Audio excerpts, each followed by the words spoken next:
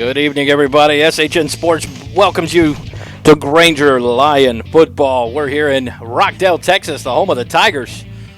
For tonight's ball game, the Granger Lions coming into the playoffs 7-3 on the season, 3-1 in 2A Division II Region 4 District 13 play, facing off against the Snook Blue Jays. The Snook Blue Jays come into the ball game 4-6 on the season, 2-2 in district. They come out of the 2A Division II Region 4 District 14.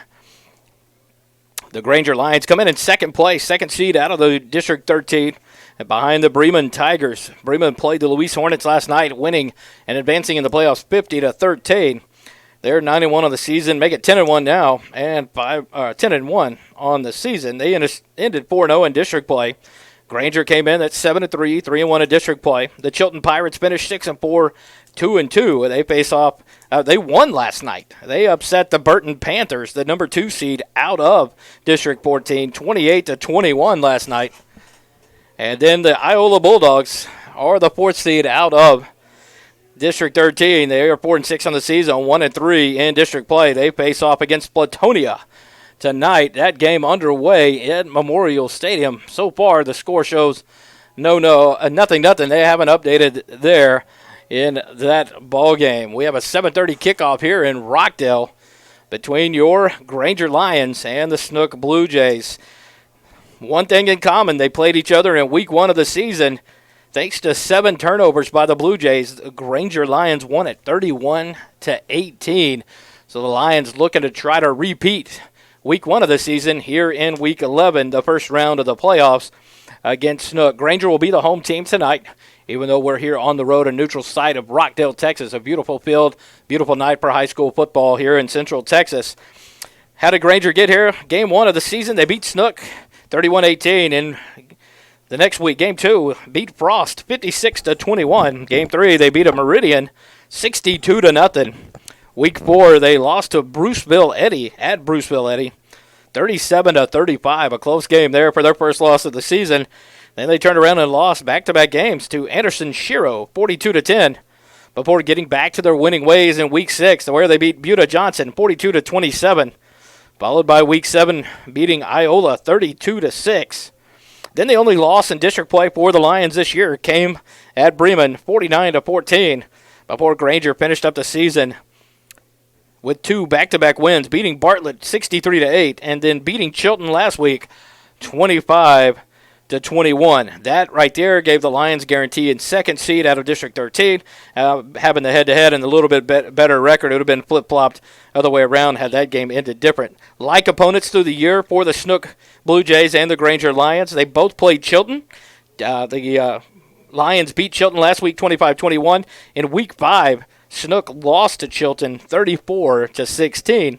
And then both teams played Bartlett, which, of course, both teams won that, 63-8 for your Lions and 40-12 for the Blue Jays. And so, in like opponents, pretty similar, except for Granger getting the win there against Chilton and also getting the win against Snook in Week 1. We're going to take a timeout, pay some respects and commercials here to the UIL before we get started with the game. It looks like we got about 19 minutes left before kickoff, and so we're going to get some more stats, bringing them to you, the kind of the key players to look for in tonight's ball game after all these messages here on SHN Sports coverage of Granger Lion football.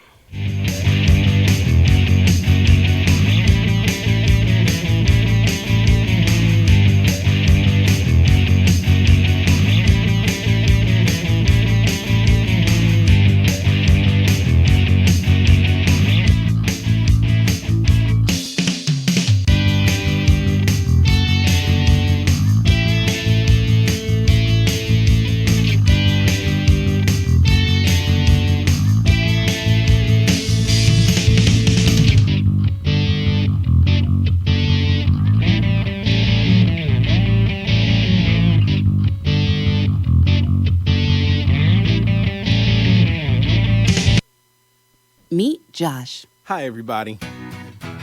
Josh is a high school basketball player, solid shooter, great teammate. Hey, don't forget my tenacious D. And he's my son. Oh. So, what does Josh do to be the best basketball player he can be? I play tennis. Studies show that student athletes here in Texas who play more than one high school sport are more likely to excel. Tennis does more than improve Josh's conditioning. It gives him a fresh competitive outlet, reduces the risk of injury by cross-training, and introduces him to different coaching techniques and new friends. Don't get me wrong, hoops are my first love. Tennis just gives me a little break. So when the new season begins, Josh isn't burned out on basketball. He's eager to play, and you can see the difference in his game. This message presented by the Texas University Interscholastic League and the Texas High School Athletic Directors Association. Looking for future leaders we can trust and believe in? Look no further than the high school student athletes right here in Texas. High school sports teach young people how to be effective leaders. It begins by making their grades and being on time for practice. It includes learning to listen, following directions, accepting responsibility, being a good role model. And it's about respect for officials, opponents, the rules, and each other. The result? It transcends sports. It gives us hope for the future. High school sports. There's so much more than just a game. This message presented by the Texas University Interscholastic League and the Texas High School Athletic Directors Association. The University Interscholastic League would like to thank its corporate sponsors. Without the generous support of these sponsors, many UIL activities would not be possible. The UIL gives special thanks to Balfour, Baylor Scott & White, Dairy Max, Dairy Queen, Ford, Fox Sports Southwest, Gatorade, Hellas Construction, Max Preps, the NFHS Network, Nike, Register My Athlete, Spalding, and Texas Farm Bureau Insurance. These generous corporate sponsors support the UIL in all its activities, music, academics, and athletics. The UIL appreciates these sponsors and their participation in all that the UIL does in Texas extracurricular activities. On behalf of the UIL and its corporate sponsors, thank you for supporting UIL activities in your community and enjoy the game. Don't miss the UIL State Championships December 18th through the 21st at AT&T Stadium in Arlington, Texas. Tickets are available now through Ticketmaster. For more information, visit uiltexas.org. 2019 high school football on SHN Sports is proudly presented by Georgetown Jewelry. Georgetown Jewelry is your trusted local jewelry store, family owned and operated since 2013. Whether you desire a one-of-a-kind custom piece or want to enjoy browsing our inventory of both unique and traditional jewelry and watches, stop by and see us at Georgetown Jewelry. We also specialize in jewelry repair and appraisals. For more information, please visit Georgetown Jewelry, located in the Williamsburg Village Shopping Center in Georgetown, or online at georgetownjewelry.com.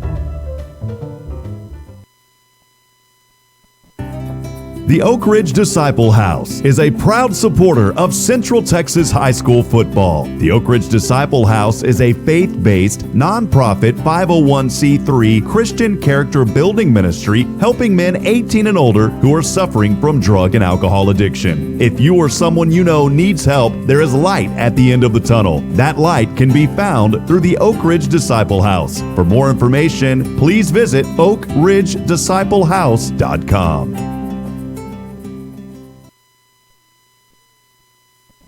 Sharp Propane, the propane professionals. Sharp works together with home builders and developers to specialize in residential and commercial propane tank installations and propane deliveries. No guesswork, no surprises. Reliable delivery and predictable monthly billing with Sharp Complete Care program. Sharp's smart monitoring system allows us to predict your projected propane usage. Please visit Sharp Propane, the propane professionals, online at sharppropane.com for your next commercial or residential propane fill.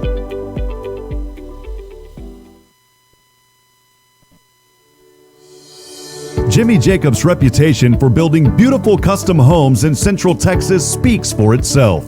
For over 30 years, he has been behind some of the most successful and sought-after new home developments in Georgetown. Grand Endeavor Homes represents a new era of elegant custom home building. Now joined by his son, Justin Jacobs, Jimmy has launched Grand Endeavor Homes to continue his legacy and reputation for custom homes in Georgetown and the surrounding areas. Visit GrandEndeavorHomes.com for details and directions to the model home. Big B's Meat Market and Grocery in Granger. We cut and grind our meat fresh every day, 7 days a week. We make a variety of sausages from dry ready-to-eat sausages to raw ropes, as well as smoked pork sausage. We also smoke our own bacon. We have lunch specials Monday through Saturday. Come on by Big B's Meat Market and Grocery, located at 204 East Davila, or find us on Facebook at Big B's Meat Market and Grocery. Go Lions!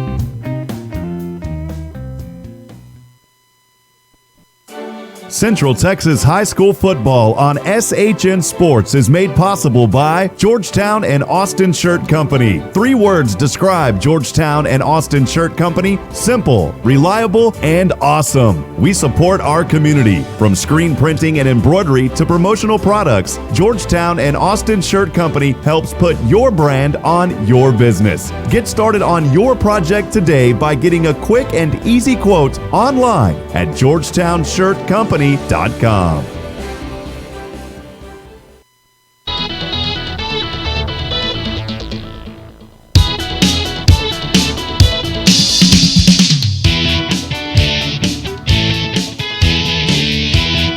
Welcome back to Granger Lion football here on SHN Sports. I'm Wally Harmon here in the booth in Rockdale, Texas, preparing for tonight's playoff battle against the Snook Blue Jays. Tonight, the Granger Lions will be in the beautiful purple and gold, all purple pants, purple uniforms, purple helmets with the gold accent striping, numerals, socks, and stickers on the helmet. The visiting Snook Blue Jays will be in all white pants, white jerseys with the blue outline, blue numbers, and blue helmets on the far side of the field. Like we covered a little bit ago, we'll bring it back around. Granger comes in as a 2 seed out of District 13, 7-3 on the season, 3-1 in district play. Facing off against the 3 seed out of District 14, the Snook Blue Jays, 4-6 on the season, and 2-2 in district play. For the Snook Blue Jays, all the statistical leaders we'll kind of talk about as we prepare to see them take the field as they get ready, warmed up in the far side of the end zone. Garrett Lero, the sophomore quarterback. He's 72 for 157 passing for a 45.86% completion rate. He's thrown for 1,176 yards, 12 touchdowns, and 11 interceptions. Lero, the quarterback for the Blue Jays, also throwing passes in the season, a few passes for them. Also, let's see here, I no longer see him on the roster, D. Allen. But then Quan Young, a senior, number 4. He has played in all 10 games. He's only thrown 1 pass. It was completed for 47 yards and a touchdown. It makes you think that might have been a little razzle-dazzle. So Lero will be the quarterback for the Blue Jays. Running back, that's where Quan Young comes into play, the senior, number 4. He's rushed 112 times for 1,167 yards, 17 touchdowns, and he's laid it on the ground 4 times. And so got to think the Lions, wonder how many of those came against the Lions early in week 1 on the 7 turnovers committed by the Snook Blue Jays. Receiving the leader for the team, number 8, Gerard Rogers. Rogers, the senior receiver. He's caught 16 passes for 255 yards and 2 touchdowns for the Blue Jays. Behind him, Quan Young's also caught 9 passes for 245 yards. Matthew Jordan, the senior receiver, has caught 16 passes for 222 yards and 3 touchdowns. And then Jermaine Kearney, the junior receiver, number 13, He's caught 14 passes for 183 yards and 4 touchdowns with a log of 65. Not a lot of passing for the Snook Blue Jays there. And the rushing game defense, their leading tackler, Jay Briscoe. Number 10, Jackson Briscoe, the junior. He leads the team with 81 total tackles. And let's see how that breaks down for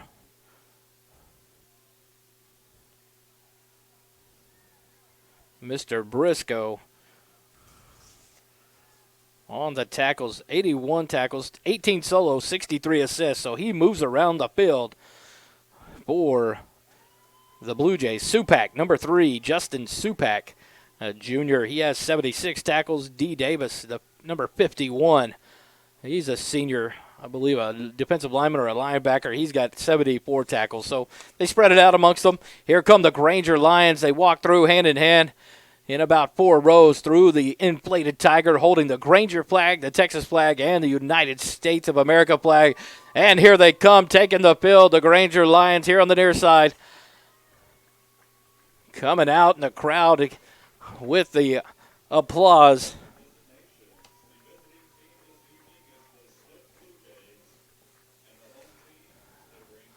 As the Granger Lions head down to the far end zone, and they take a knee on the goal line. Love to see the young men come together one time here before we kick it off. The Snook Blue Jays in the far side of that far end zone as they break their huddle headed to the sidelines. We're waiting the officials to get the captains and head to midfield.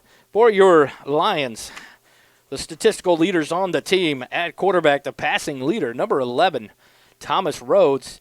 He's thrown 109 passes, completed 50 of them for a 45.87% completion rate, 733 yards, 8 touchdowns, and 4 interceptions. Rushing-wise, number 2, Carlos Reyna. He's carried the ball 188 times for 1,346 yards, 22 touchdowns for the Lions, and he's put the ball on the ground absolutely 0 times. No fumbles from Reyna, and you got to love that. 188 times he's carried the ball and no fumbles. Receiving, number 8, the senior Wyatt Bolding. He's caught 22 catches for 266 yards for 1 TD. And on defense, the Lions led by Nathan Flores, the senior. He's got 86 total tackles and 1 interception on the season. We'll watch here. 5 minutes left on the clock before kickoff as the officials prepare for the coin toss at the middle of the field. The captain's coming out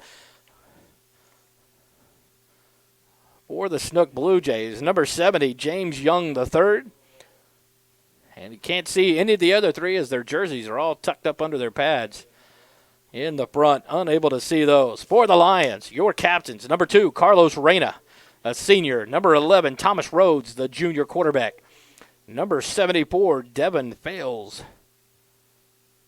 And let's see who the 4th one is as they go through the handshakes. It'll be number 21, Carlos Garza, the senior. I want to make sure that is Mr. Fales, as I've got 2 possible number 74s here on the roster.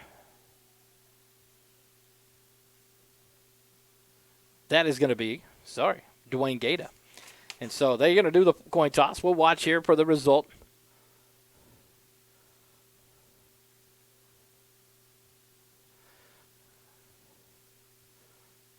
Snook will get the opening kickoff. It looks like Granger won the toss and deferred to the second half.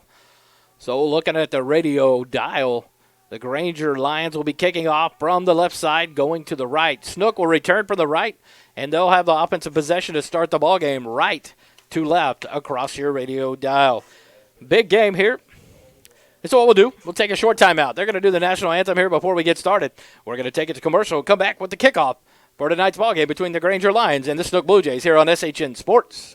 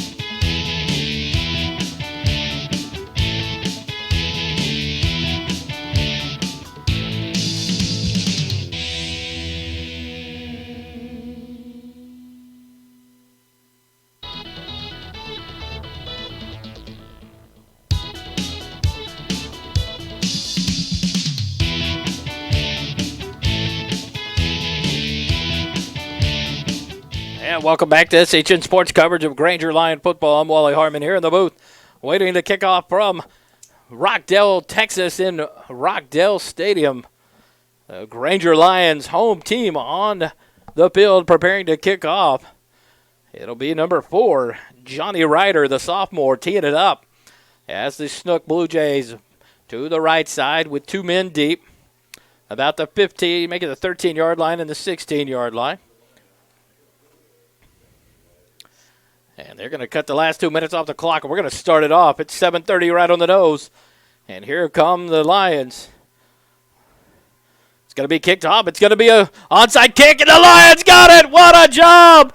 They had 3 guys lined up to kick it off. Number 21, Carlos Garza with the perfect onside kick, and the Lions take advantage. And what a job there. It took the nice high bounce, filled it about the 45-yard line, and your Lions will start off having kicked off and got possession right away. They'll start off on the 45 of the Blue Jays. And so the Granger Lions in business, and all that can tell you is what a great opportunity. If you push it in, score here, you're going to get the opening kickoff in the second quarter. So a great opportunity for the Lions here to take over. They got 3 running backs in the backfield. Off behind the quarterback, Rhodes. He turns, hands the ball right up the middle from the 45 up to about the 43-yard line, where the running back will be tackled there. Gain of 2 for the Lions.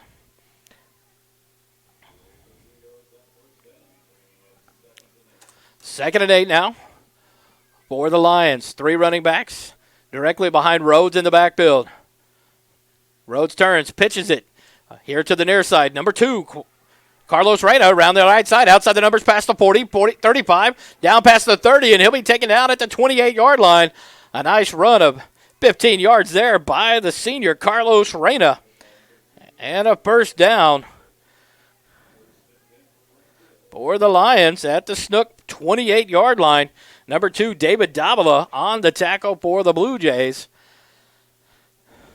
Granger breaks the huddle. And it looks like the wishbone formation. Rhodes under center. He'll turn. Fake the pitch. Now it's a handoff to Reyna. Here across the right side. Outside the hash marks of the numbers. Past the 20. 15 is where he comes down there. Taken down by number 6. Number 5, Sidney Mack. But another first down for the Lions. Reyna, what a job there. Rhodes turns, fakes the pitch. Another running back jumps like it got a high pitch. Turn around, sticking the belly of Reyna coming back the opposite way. And he gets a nice gain all the way down to the 15. Another 13-yard chunk of yardage there for Reyna. And another Granger first down. First and 10 for the 15. Now we got a receiver, a lone receiver off to the far side at the far numbers. At the 15, Rhodes turns around, hands it to Reyna. Right up the middle. He gets past the 15, make it the 13. And he'll finally be brought down by 3 or 4 tacklers there by the Blue Jays down to the 12-yard line. And so it'll be 2nd and 7 now for the Lions. A heavy dose of running here early. 4 straight runs for the Lions. 2 have resulted in first downs. As Rhodes gets the play call, back out to join the huddle. He'll break the huddle. 2nd and 7 for the Lions from the 12-yard line of the Blue Jays. The up running back, Donnie Cantwell. Reyna to the left side in the tee. And number 3 gets the handoff up to the 10-yard line, and he'll fall forward. It looks like to about the 9. Let's see where they spot him. DJ McClellan. He gets his first carry of the ball game. He'll get up to the 10-yard line. A gain of 2. That'll bring up now 3rd and 5. For the Granger Lions. 3rd and 5 here. We got it 9:35 on the clock here in the first quarter. Now McClellan goes left in the T formation. Reyna in the right. Cantwell the up back. It'll be a pitch left to Reyna. Makes a hurdle at the 10, inside the 5. Touchdown! Granger Lions put it on the board. What a score there. They run it down the throats of the Blue Jays, score quickly, and take advantage of the beautiful onside quick early here in tonight's playoff ballgame. The Lions lead it 6-0 with 9:18 left on the first quarter clock. Lions will line up for the extra point attempt. Number 21, Carlos Garza, is the one that executed the beautiful onside kick. He's lined up for the extra point attempt. Snap is back and down. The kick is up. through the uprights. And good. 7-0, your Granger Lions lead it with 9:18 left here in the first quarter. We'll be back on SHN Sports coverage of Granger Lion football in just a minute.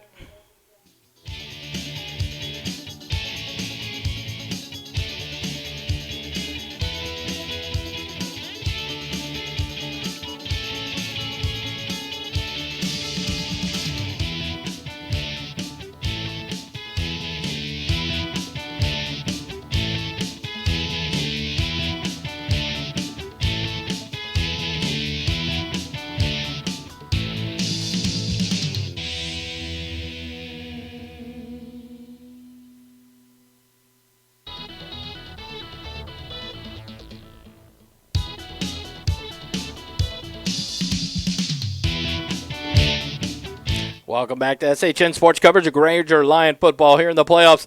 And the Lions have struck early. It's 7-0 with 9:18 left in the first quarter. An onside kick executed beautifully by the Lions to open up the ball game. Starts the Lions out with a possession at 1st and 10 at their 45 of Snook, and they marched it down in 6 plays for the touchdown. They get ready for the kickoff here. They'll do their picks now, and it's kicked off here by number 4. Johnny Ryder deep, fielded at the 17-yard line by the Blue Jays on the far side of the field, outside the numbers. He'll be tackled about the 32-yard line, and that's where Snook will take over with 9:12 left in the first half. Trailing 7-0, the Granger Lions lead it. The great play call to open the ball game by Coach Walt Brock. The onside kick is executed perfectly. The Granger Lions take advantage to score on a six-play drive on a 10-yard touchdown run by Carlos Reyna. And they take the early lead. It'll be down to the 31-yard line, and that's where Snook takes over for their first possession now. 1st and 10. Here in the Georgetown Jewelry first quarter on SHN Sports. Shotgun snap, handoff to the number 4, Quan Young. He takes it around the right side, outside the 35, and he's taken down there right at the 35-yard line. It'll give you a gain of 4 there for Young, up to the 35. Quan Young, the leading rusher here for the Snook Blue Jays. 112 carries so far this season. And he gets the first carry of the night here for the Blue Jays. It'll be 2nd and 6 now from the 35. 2 running backs. Offset, 1 to each side of the quarterback. He's in the shotgun, receiver left, receiver right. He's going to drop back. He's going to throw a pass down the right field line. It's up for grabs. Almost picked off on the far side by number 7, Jacob Klaus. But he can't haul it in off his hands for the incompletion. It'll bring up a 3rd and 6 for the Blue Jays. But the quarterback there, Garrett Laro, lucky to not have a first pass picked off by Klaus. And so the Granger Lions, with an opportunity to stop the Blue Jays on their first drive, 3 and out. We'll see what they do here. 3rd and 6 now. 2 receivers to the left, 1 to the right, 1 running back offset to the right of the quarterback. He'll hand it to Quan Young. He comes to the near side, 35, drops a shoulder past the 40, breaks a tackle up to the 44, 45, where he'll be marked out of bounds right at the 45-yard line. Nice run of 10 yards by Quan Young, and it'll be enough for a first down for the Blue Jays. 1st and 10 for their own 45. Quan Young, a powerful runner, the senior running back for the Blue Jays. He took the handoff and came here to the near side and lowered his shoulder to get through one tackler and finished the run off for another 5 more yards after contact. What a great job there by Quan Young. We're going to have 3 receivers right now for the Blue Jays. They're on the near side hash mark. Laro, the quarterback, with Quan Young offset to his right side in the shotgun. Snap is back. He'll fake the handoff, and now it's going to be a quarterback sweep to the right side. Back to the 40. He's being spread out, and he's taken down. Ball's out, and it's out of bounds. What a play there by the Lion defense. A host of Lions all on the far side of the field strung that play out. Laro had no room to get upfield, and he actually, with the fumble, the ball goes backwards a yard, and it'll bring up now 2nd and 11. A great job by the defense there. The Lions spreading that out, not letting Laro get up. Nice quarterback keeper. And they changed directions, but the Lion defense held firm. And bring up the 2nd 11, back to the 44 of the Blue Jays on the 1-yard loss. Now 2 running backs in the backfield. Quan Young gets the handoff outside the hash marks on the far side. Now a penalty flag comes in late. Looks like there's another penalty. It looks like a little extra activity on the Blue Jay side of it. I have to see what they call here. Young got forward to about the 47, 48-yard line, so it would have been a gain of 4. But it looks like a couple of flags. We'll see what they call here against the Blue Jays, I would assume.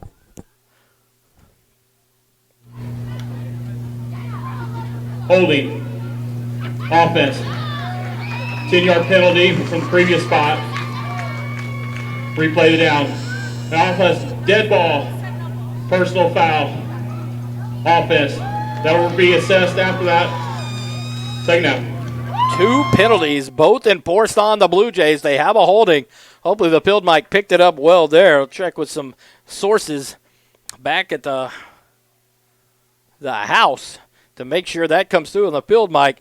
But they got the holding. It's a loss of 10. It would have been 2nd and 21 for the Blue Jays. And after the play, the unsportsmanlike conduct on the Blue Jays, that's going to be an additional 15 yards. Both penalties of force, since one was during the play and one after the play. That's going to take the Blue Jays all the way back to their 19-yard line. 25 yards worth of penalties, and it's now 2nd and forever for the Blue Jays. The snap, now they'll hand it to Young. He tries to come to the near side. He's cut off, circles back to the right side. He's hit, runs into his own quarterback, and now he gets smashed up about the 18. It's going to be a loss of 1, maybe going to give him back the line of scrimmage, but a great job of the Lion defense. He got cut off coming to the near side. He kind of doubles back. He runs into his own quarterback and gets bottled up, and a Granger Lion takes him down quickly there on a hard hit back to the line of scrimmage. And that's going to bring up 3rd down now for the Blue Jays on a no gain. Number 9 for the Blue Jays, Matthew Jordan, is down. We're going to see what's going on here. He is down. The staff is out to check on him. And both teams now taking a knee. The crowd has gone silent. We'll take a quick timeout, check on the young man, be back for the game. As he's up now, okay. He jumps back up. The helmet is off. He's limping off. It looks like he may have got rolled up on as he was blocking there on the far side hash marks. So he doesn't seem happy to be hurt this early in the ball game. 7:36 left in the first quarter. The Granger Lions are on top, 7-0. The Blue Jays have the ball 3rd down at their own 19. They have to get to the 45 of Granger for a first down. So they've got to get 36 yards for the first down. So it'll be 3rd and 36, 2 receivers, 1 left, 1 right. They're going to hand it off to Quan Young. He goes to the right side, outside the numbers, up past the 25, hurdles a Lion defender at the 30, but he goes out of bounds at the 32, well short of the first down. It'll be a gain of about 12, but it'll be 4th and 24 now for the Blue Jays. We'll see what they do here. It looks like they're going to go for it. They may go for a punt. We'll see what they do. Laro gets the call, comes back into the huddle, but it is 4th down. And 23 yards to go from the 32 of Snook. They're going to go for it here. It looks like they got a receiver on both sides. Nope, Laro's going to be a quick kick. The punt gets blocked, and the Lions get away from the ball, and they're going to get it back. It's blocked by number 3, DJ McClellan, with a great punt block. Special team stepping up for the Lions. You got to love it so far. McClellan, the freshman, getting through and blocking the quick punt by Laro. And the punt goes all of 3 yards to the 35-yard line. And that is where the Granger Lions will take over. 1st and 10 at the 35 of Snook. So far, field position has been their friend. First possession started at the 45 of Snook, and this one starts at the 35 with 6:33 left here in the first quarter. Rhodes, the quarterback, takes it. He's going to pitch it to Reyna. He comes on the near side, outside the hash marks. He's got blockers up past the 30, 25. He's finally run out of bounds about the 20. We'll see where they spot him. It'll be at the 21. That's going to be enough for a first down. A nice 14-yard run there for Reyna on the sweep right as he comes to the near side and had a nice block out in front of him there. Another first down for the Lions. Rhodes gets the call, goes back into the huddle as the Blue Jays wait at their own 20-yard line. Granger approaches the ball.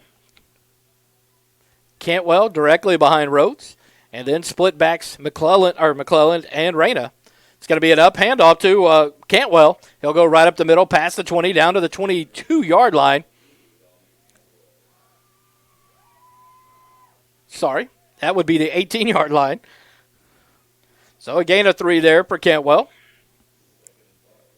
They're going to mark him up to the 17-yard line now. All right, so he got a gain of 4. It'll be 2nd and 6 now for the Lions. Cantwell with a quick handoff there from Rhodes right up the middle for a nice 4-yard gain. Keep the line honest. Protect for your sweeps for McClellan and Reyna. Rhodes now under center. Steps back. Looks to the sideline here for the coach to give the signal. He'll drop back, and it's a pitch to McClellan. McClellan comes to the near side. He gets it stretched out. Now up to the 20. Hit right at the 19. Taken out of, or make right at the 16-yard line. A nice play there by the Blue Jay defense of not letting McClellan get much room. They'll spot him back at the 17, so it'll be no gain. So it's going to bring up a 3rd now. 3rd down and 6 for the Lions. Rhodes gets the call back into the huddle. Granger will break the huddle here on the near side hash marks at the 17-yard line of Snook. McClellan on the right side, Reyna to the left side in a split formation behind Cantwell, the up back. Rhodes takes the snap, he turns, fakes the pitch, hands it off to Reyna as he comes to the near side, breaks it past the 15, breaks a tackle, spinning there, gets up to about the 11, maybe the 10-yard line. Let's see if they spot him. Looks like it's going to be enough for a Granger first down, and it is up to the 10-yard line. A nice run and a good job by Reyna there on the spin to break the tackle to get him the extra yards. And another first down for your Granger Lions at the 10-yard line. So it's going to be first and goal from the 10 of Snook. 5:21 left here in the first quarter. 7-0. The Granger Lions lead it. The defense made a good stand, and special teams just pouring it on after the onside kick and the blocked punt. Rhodes back up under the quarterback, under the center. He takes it, and that's going to be a quarterback keeper. He takes 2 steps to the left and goes right up the middle, straight up the hash marks. It looks like he gets all the way to the 6-yard line. A gain of 4 there, the quarterback keeper by Rhodes. A nice little play there. Another look that we haven't seen so far in the ballgame. And so here, after 5 plays, the Lions have driven it down to the 6-yard line. It'll be 2nd and goal from the Blue Jay 6. Rhodes to the sideline, gets the call back into the huddle. Here the Granger cheerleaders cheering on. You can hear them all the way up here in the box. The fans out on this chilly evening enjoying some high school playoff football. Rhodes under center. He'll take it. Pitch it to Reyna around the left side. He gets into 10, to the 5, jumps over a man and heads to the end zone. Well, they going to get in? Nope. He's going to be cut down about the 1-foot line. They're going to spot him at the 1, so it'll be a gain of 5 for Carlos Reyna. And it'll bring up 3rd and goal from the 1-yard line. Reyna with a nice little run there. Sweeps to the left side outside the hash marks and cuts it back and makes a little leap over, but gets cut underneath at the 1, unable to get into the end zone. So Rhodes will come to the near sideline, get the call from Coach Waldbrock, and head back to the huddle. 3 minutes, 48 seconds left on the first quarter clock and running. The Lions lead it 7-0 and pressuring here. They've got it 3rd and goal at the 1-yard line of Snook, trying to punch it in for another quick touchdown. They'll turn around, hand it to Reyna. Reyna breaks a tackle, but he's pulled. Yeah, it's stopped right short of the goal line, about a half a foot from getting in. It'll bring up 4th and goal from about the 1-foot line. A nice tackle. Give credit there to number 70, James Young III. He did a great job of grabbing Reyna and pulling him back, keeping him from the end zone. So it looks like the Lions will prep for a field goal. Nope, they're going to go for it. 4th and goal from the 1-foot line. Both crowds now cheering. And Snook's going to take their first time out of the ballgame here with 3:03 left in the first quarter of this Georgetown Jewelry first quarter here on SHN Sports. We'll take a quick timeout and be back with more Granger Lion football on SHN Sports after this.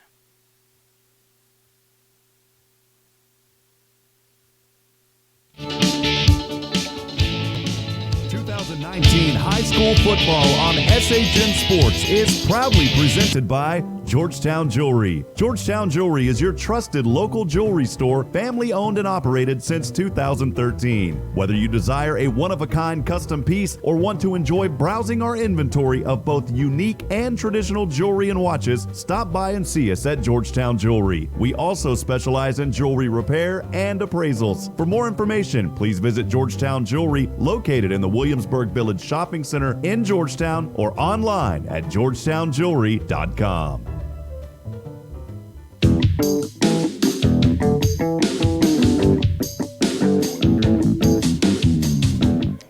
Back here on SHN Sports coverage of Granger Lion football.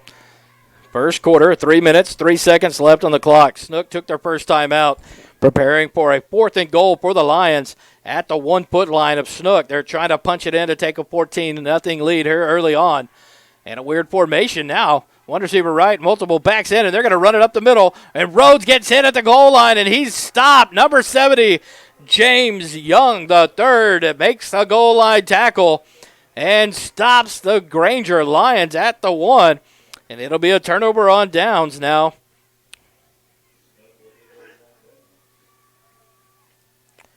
And so the Snook Blue Jays take over 1st and 10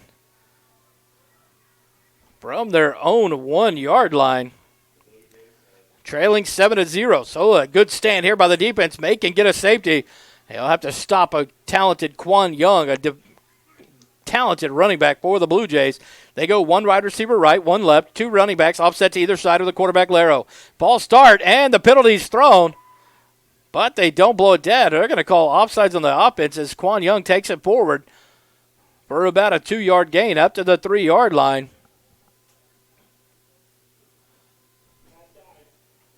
Defense, 5-yard penalty, replay, first down.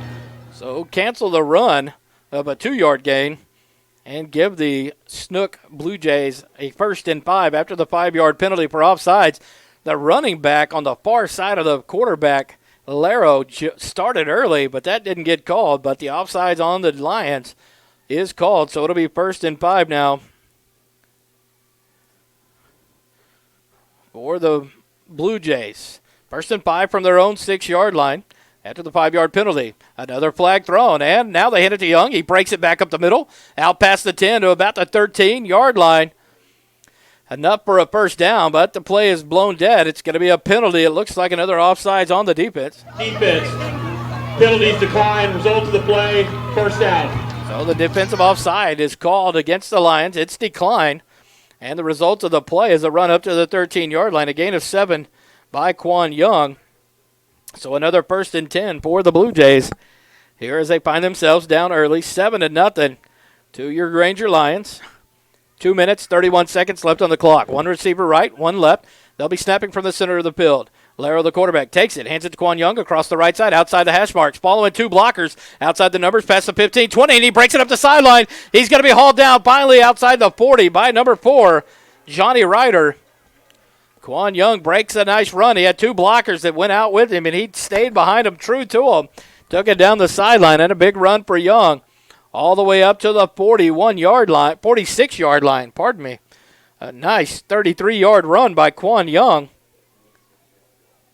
And a 1st and 10 for the Blue Jays. So they get out of trouble at their own 1-yard line thanks to a penalty and a couple of runs by Quan Young. And they take over now, 1st and 10 at their own 46. Same formation on the far side hash mark. The ball hits the ground, hand it to Young, right up the middle. Past the midfield stripe to the 45, and he's still fighting. And now 4 or 5 Lions finally bring him down at the 30, making the 41-yard line of Granger. And another first down for the Blue Jays. They are going with Quan Young all the way here early on in the ballgame. So he takes the ball and powers right up the middle. Good job by Laro, the quarterback, to pick up the bad snap on the ground and hand it to Quan Young quickly as he goes straight up the middle.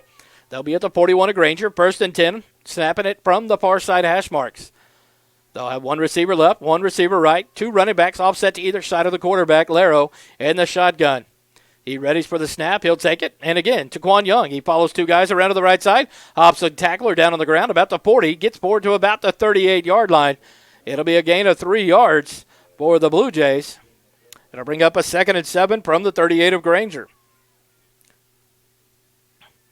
Nothing fancy here from Snook. Snap it, hand it to Quan Young, and get some guys out in front of him blocking and let the young man run. He is a big running back, and he gets out there and will hit it as soon as he gets the opportunity. Great job of being patient, following his blockers, and tough to bring down. He does have some athletic talent there, hopping multiple people when he has to.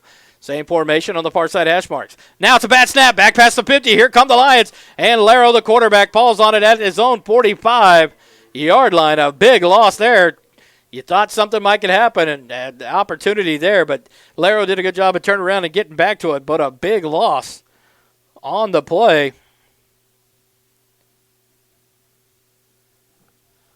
We'll see here. There's a penalty. We'll turn on the field mic and get the call. Sideline warning, Snook. First warning of the half. So just a warning on the Snook sideline. Got to get him a get-back coach. Keep that from happening. It brings up a long second down now. We'll see where they've got to get all the way up to the 31 of Granger, and they're back at their own 45-yard line. So they've got about an extra 13 yards to go, 14 yards to go. Second and 24 now with 50 seconds left in the first quarter clock. Now we're going to get a penalty. The near side line judge, he'll throw the flag, and he runs into the center of the field. So we'll stop the clock here, and we'll look and see what the penalty call is here. Back to the field mic we go.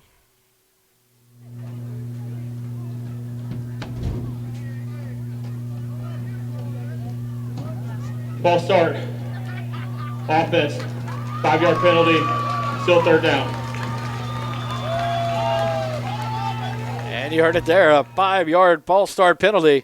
So now the Snook Blue Jays, it is third down. I apologize. We had that one run by Quan Young before the penalty, and now they are backed up to their own 40-yard line. Laro drops back. He's going to pass to the far side. Overthrows through the hands of Quan Young, and a flag comes in from the defensive backfield area. So another penalty on the incompletion. So third and forever could turn into, you would think it would be declined if it's an offensive penalty. And here we go. He's checking with Coach Brock. Holding. Offense. Penalty be declined. Brings up fourth down. So the holding penalty declined. It brings up fourth down now, all the way back at the 40 of Brock on the incomplete pass from Laro to Young. 4th and 29.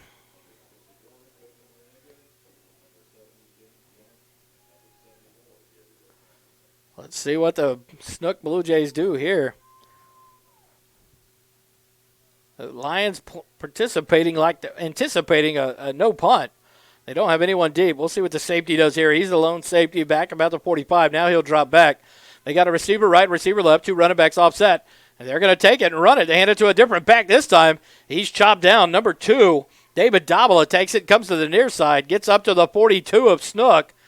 But another flag comes into play. We'll see what the penalty is here as we've gone about 4 plays straight with a flag.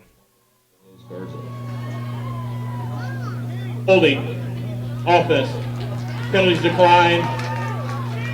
Ball is over. First down. So a holding penalty on the Blue Jays is declined. The gain of 2 yards is not enough on 4th and 39. 4th and 29, pardon me. Nevertheless, the Lions take over 1st and 10 after the turnover on downs. 29 seconds left here in the first quarter from the 42 of Snook. They're ready now as they're going to turn, pitch it to Reyna, pardon me. Outside the numbers, following his blocker, out past the 40, 35, 30. And he run out of bounds. And they're going to spot him back about the 33-yard line where he went out of bounds. 1 yard short of the first down. 20 seconds left on the clock. 7-0. The Lions lead it here in the first quarter. A nice run. 10-yard penalty from the spot of the foul. Replay first down. Block in the back on the run there. Spot of the foul. Replay first down. It happened about the 39-yard line, so it'll be 10 yards back. So they'll get the yardage to where it occurred, but then lose some yards back. So it ends up being a loss of 7. So it'll be first and 17 from the 49-yard line of Snook. Instead of a 2nd and 1, it's first and 17. 20 seconds left in the quarter. Now the Lions change it up. 2 receivers left, 2 right. Rhodes by himself in the backfield. He takes it. Now he's going to run it straight up the middle. 45, down to the 40-yard line. A nice little run there. Spread him out and run it. They're going to mark him down at the 41. That'll be the last play of the first half, where the Lions will be 2nd and 9. So a nice little run there. 8 yards by Rhodes.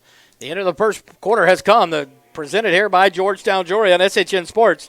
We'll take a quick timeout, thank our sponsors, and be back for the second quarter just after this on SHN Sports.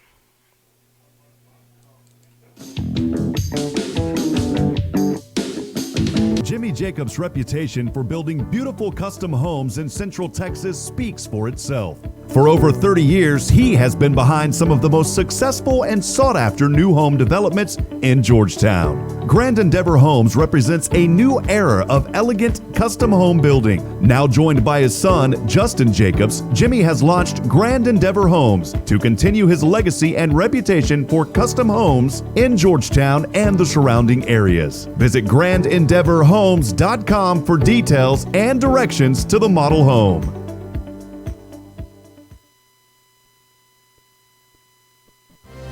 Big B's Meat Market and Grocery in Granger. We cut and grind our meat fresh every day, 7 days a week. We make a variety of sausages, from dry ready-to-eat sausages to raw ropes, as well as smoked pork sausage. We also smoke our own bacon. We have lunch specials Monday through Saturday. Come on by Big B's Meat Market and Grocery, located at 204 East Davila, or find us on Facebook at Big B's Meat Market and Grocery. Go Lions!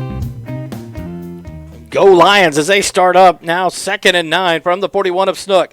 They turn and pitch it to Rayner around the right side outside the hash marks. He cuts it back, gets up past the 45 to the 43, now to the 42. Keeps pushing and finally blown down and called down at the 41-yard line. A nice run on Rayner to open up the second quarter here for the Lions. They lead it 7-0 over the Snook Blue Jays.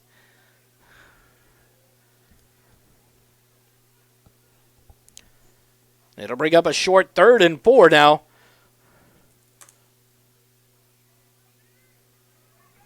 For the Granger Lions, up to the 36-yard line. They got to get to the 32 for the first down. 3rd and 4 now. 2 receivers right, 2 left. Rhodes by himself in the backfield. He's going to drop back. The lefty sets up. Now he's going to have to run and scramble. He gets up past the 40, 35, back to the 34, make it to the 33-yard line. He's going to be about a yard short. A 3-yard gain on the scramble by Rhodes. He dropped back, but quickly had to scramble. And so now we'll see what the Lions do. It's going to be 4th and 1 from the 33 of Snook. Some offensive changes here as 3 or 4 players come on for the Lions and 3 come off. Last time we saw a 4th and goal, big lineman James Young III stopped it for the Blue Jays. 4th and 1 from the 33. The ball snapped, pitch it to Reyna. He's got blockers around the outside the numbers. He gets past the 30, and he's run out of bounds. And now 3 flags come into play. Multiple flags, one early from the umpire, then one from the deep referee, and then from the side judge. So we'll see what goes on here. Reyna had enough on the run for the first down for the Lions, but not sure what's going to happen with this. They're going to have to discuss this one. Reyna had a host of blockers around the far side as he got outside the numbers and danced down the sideline all the way down to the 27. But we'll see what happens here as we turn it up for Mr. Umpire to call the penalty. Block in the back. Offense. Personal foul. Late hit out of bounds. Defense. Fouls will offset. Replay 4th down. So, an illegal block in the back by the Lions and a late hit out of bounds by the Blue Jays. They offset, so it'll bring up 4th and 1 again from the 33-yard line of Snook. So we got the offsetting penalties there. Make a note of that one. 10 minutes, 30 seconds left here in this second quarter, sponsored by Georgetown Jewelry. Granger Lion football. They lead it 7-0 here in this district, or this UIL playoff game against the Snook Blue Jays. The Lions line up. Rhodes will take the snap. He's going to pitch it to Reyna. Reyna comes to the near side. He's dancing around, gets outside the numbers of 40, 35, cuts it up the sideline. Let's see where he gets out of bounds. They're going to mark him at the 30, and it'll be enough for a first down. Reyna did a great job of tap dancing the sideline. He's going to pick up the first down, a gain of 3, and a first down. A lot of the Snook defensive men thought he'd stepped out about the 33, 34-yard line, but the near side line judge said, no, sir, it's a first down for Mr. Reyna on the run there. Great job. They went heavy right on the line and then brought it back on a sweep left. And Reyna doing a good job of dancing on that sideline to get the first and 10 from the 30 of Snook. 9 minutes, 45 seconds left here in the first half. Back to regular formation as Rhodes up under center. He's going to hand it to Reyna around to the right side, and now he's being chased. He's got to get outside of the blockers, and he's they're not going to call the horse collar, kind of goat rope down. Number 7, Deshaun Hamilton with a great tackle there of Reyna. Back to the 35-yard line. It'll be a loss of 5 as Hamilton shot up through from the backfield and took down Reyna for the loss. It'll bring up 2nd and 15 for the Lions. They're going to call their first time out of the ballgame here with 9:23 left in the first half. Here in the Georgetown Jewelry second quarter, we'll take a quick timeout, thanking more of our sponsors here on SHN Sports. Sharp Propane, the propane professionals. Sharp works together with home builders and developers to specialize in residential and commercial propane tank installations and propane deliveries. No guesswork, no surprises. Reliable delivery and predictable monthly billing with Sharp Complete Care program. Sharp's smart monitoring system allows us to predict your projected propane usage. Please visit Sharp Propane, the propane professionals, online at sharppropane.com for your next commercial or residential propane fill.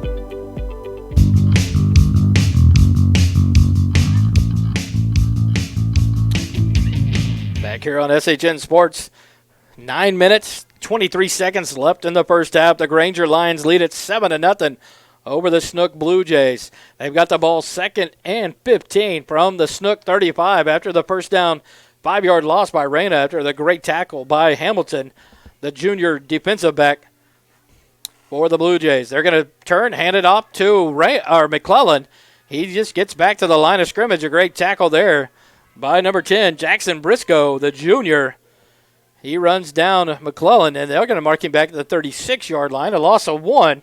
So 2 plays and 2 straight losses for the Granger Lions puts them back at 3rd and 16. So Rhodes, the quarterback, here on the near side, with getting the play call. He'll go back to the huddle as the Lions find themselves in a hole. 3rd and 16 now from the Snook 36-yard line. Got to get all the way down to the 20 for a first down. You're going to have 3 receivers right, 1 running back in the backfield, offset to the left side of Rhodes. Rhodes, the quarterback, takes it. He's going to come to the left side. He's being pursued. He's going to have to throw. He's going to heave it up towards the end zone. He's got Reyna open and overthrows him by 2 steps in the corner of the end zone. It's incomplete. And it'll bring up 4th and 16 now. A nice play as Rhodes hung it up. Reyna had a beat on it. It was just a couple of yards overthrown. It would have been a touchdown had it been in the grasp of Reyna. He just could not get there. So 4th and 16 now from the 36 of Snook on the incompletion. We'll see what happens here as the Lions come in. Cantwell comes out, and 21, Carlos Garza, in for the Lions. And now a timeout will be called. It'll be the second one of the half for the coach, Walt Brock. The Lions take it with 8:29 left here in the first half.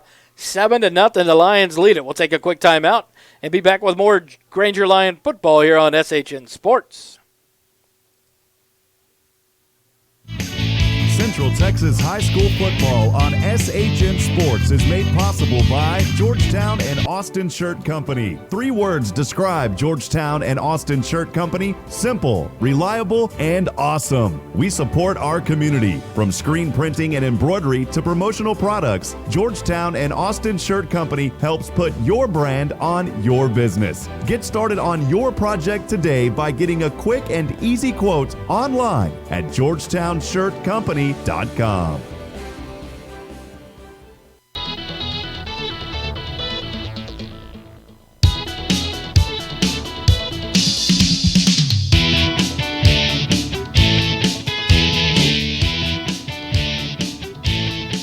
Back here on SHN Sports, the Georgetown Jewelry second quarter, as the Granger Lions find themselves 4th and 16 from the 36-yard line of Snook. Rhodes will take it. He drops back for the pass. He's got a wide receiver open at number 14. Oh, Nathan Flores drops the pass. He had yards to run.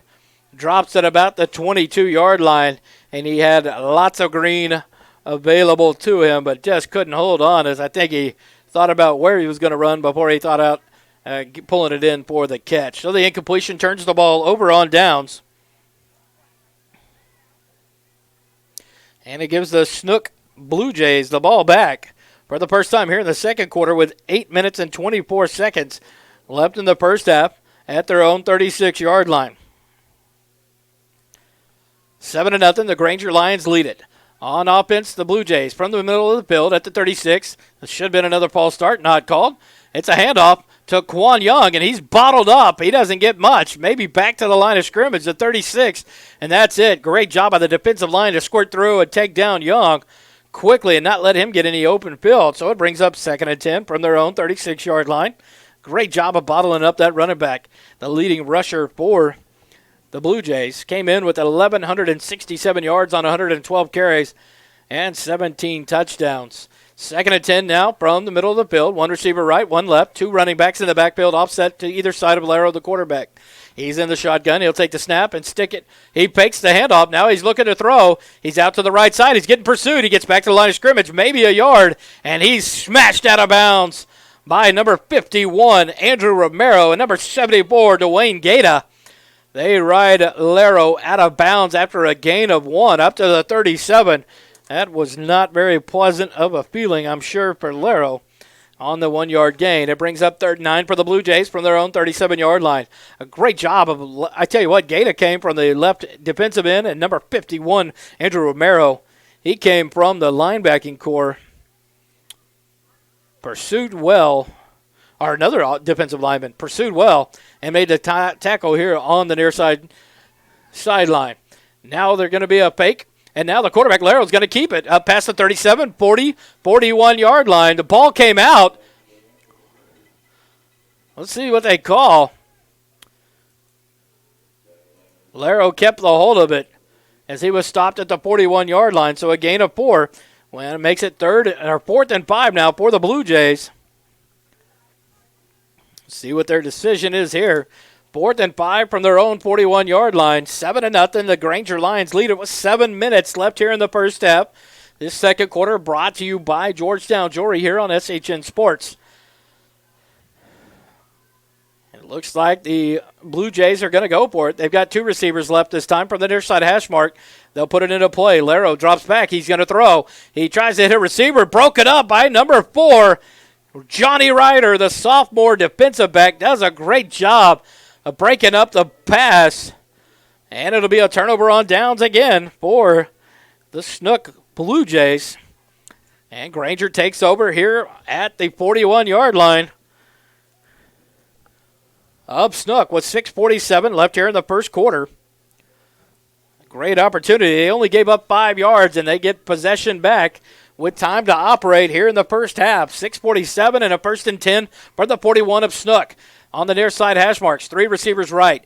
Reyna, the lone setback in the backfield with Rhodes. He'll fake it. Now Rhodes right up the middle, 40, 35, breaks a tackle outside the 30, 25, 20, stiff arm outside about the 29-yard line.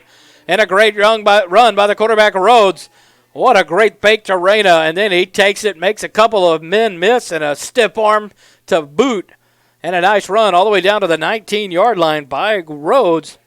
And a big first down here for the Lions. They're in business inside the red zone. First and 10 for the 19 of Snook. Rhodes gets the sideline call. He puts his shoe back on and got pulled off as he got ridden out of bounds there at the 19. Back in. Now he's in the shotgun. 2 receivers left, 1 right. Reyna goes in motion. It's going to be a jet sweep to Reyna. He's going to be cut down right at the 20. Make it the 21-yard line, a loss of 2. A great play by number 7 of the Blue Jays, Deshaun Hamilton. 2 big tackles so far here in the second quarter, both for loss. As it'll bring up 2nd and 12 now for the Lions at the 21 of Snook. 6 minutes, 15 seconds, and running on the first half clock. Lions get set. Rhodes takes the signal. Now a substitute. Cantwell is going to come out, and Carlos Garza in for the Lions. Lions break the huddle. They'll be on the far side hash marks. And number 4, Johnny Ryder, the lone wide receiver to the right side. 2 receivers left. Now, Reyna takes the direct snap, and he's going to break it outside the 15 to the 10 to the 5, and he all the way in? No, Reyna gets tackled at the 1-yard line. A beautiful 20-yard run by Reyna on the direct snap. Is that the Lion Cat? The Granger Cat? I don't know what you call that, but Reyna did a great job there as Rhodes stepped apart. Reyna takes it all the way around the right side to the 1-yard line of Snook. It'll be first and goal from the 1. Great run by Reyna there on the direct snap. Now Rhodes back in the shotgun. He's got a receiver right, 2 receivers left. Reyna to his right side in the shotgun formation. Direct snap to Reyna. He comes to the left side. He's pursued back to the 5-yard line, and it'll go nowhere as Reyna is taken down for a loss of 5 back to the 6-yard line. That'll bring 2nd and goal from the 6. Backfired on the direct snap there as Rhodes was right beside Reyna, and it went right to Reyna. But he just could not get past the defensive lineman. They broke through the line and stopped him short for a 5-yard loss. 2nd and goal from the 6. Now the Lions have the ball, trying to push it in for another touchdown to widen this lead before halftime. 4 minutes, 50 seconds left in the first half.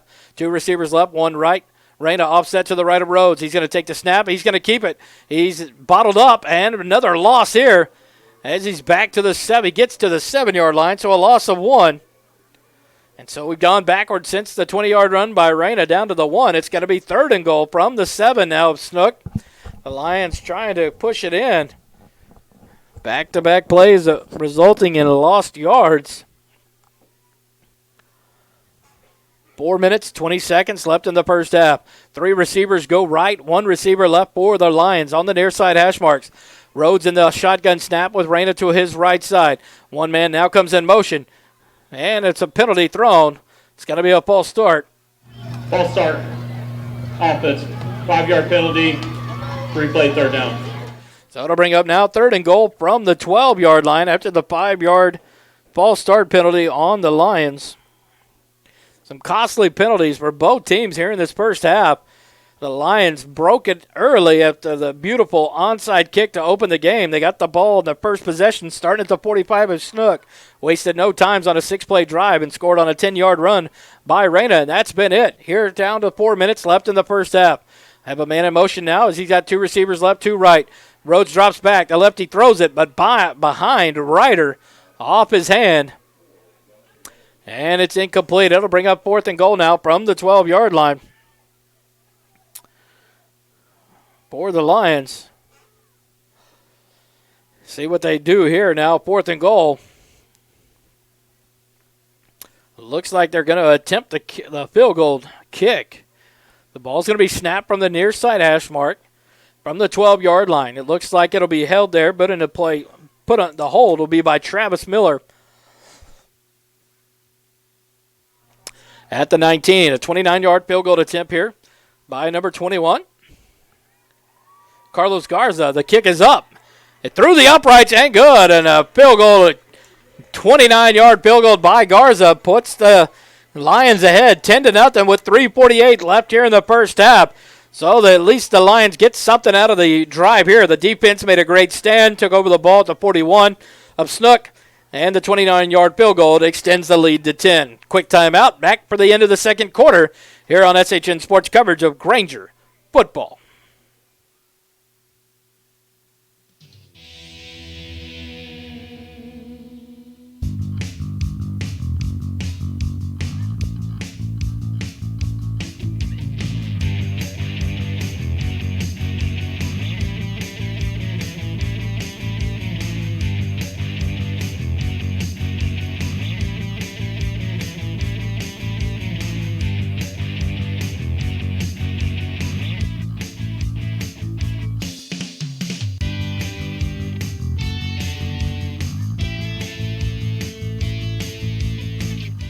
Back here in Rockdale, Texas for the Granger Lions Snook Blue Jay playoff game.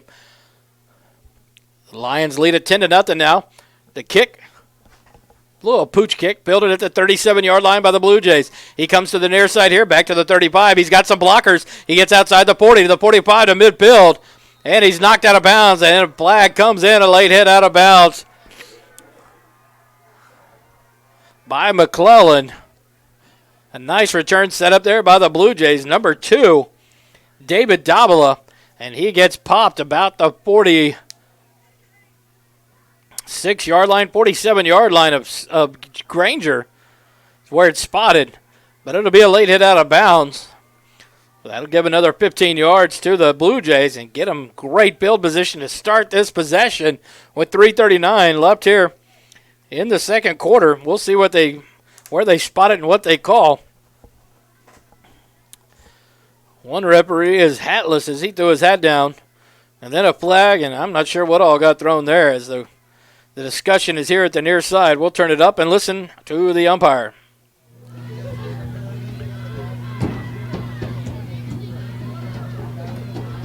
Personal foul. Late hit out of bounds. Kicking team. Dead ball. Unsportsmanlike. Receiving team. After the penalty, they're marked off. Be first down.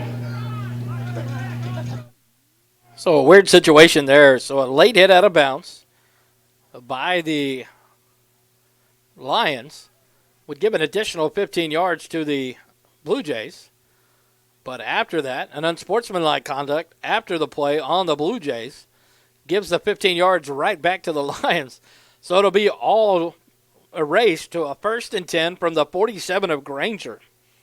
So a good return by Davila. Had a chance for 15 more yards down to the 32 of Granger, but somebody did a little extra celebrating unsportsmanlike conduct after the play for the Blue Jays. 2 referees are on the far sideline about the 45-yard line talking to Coach Boone Patterson of the Blue Jays. He is not happy. He's still giving an earful to the referee. He'll finally head back to the sideline. It'll be 1st and 10. 3 minutes, 39 seconds left here in this first half. Brought to you by Georgetown Jewelry. The Blue Jays have it. 1st and 10 at the 47 of Granger. One receiver right, one receiver left, 2 running backs offset to either side of the quarterback, Laro. He'll hand it to Quan Young. He's hit quickly, bottled up. Now he breaks a tackle. There comes a flag in. Young gets up past the 45 to the 43, make it the 42-yard line of Gerald. But another flag has come in here. We'll see what the penalty is. It's either going to be holding. It looks like as the Blue Jays back up. We'll go back to the field mic and the umpire for his call. Holding.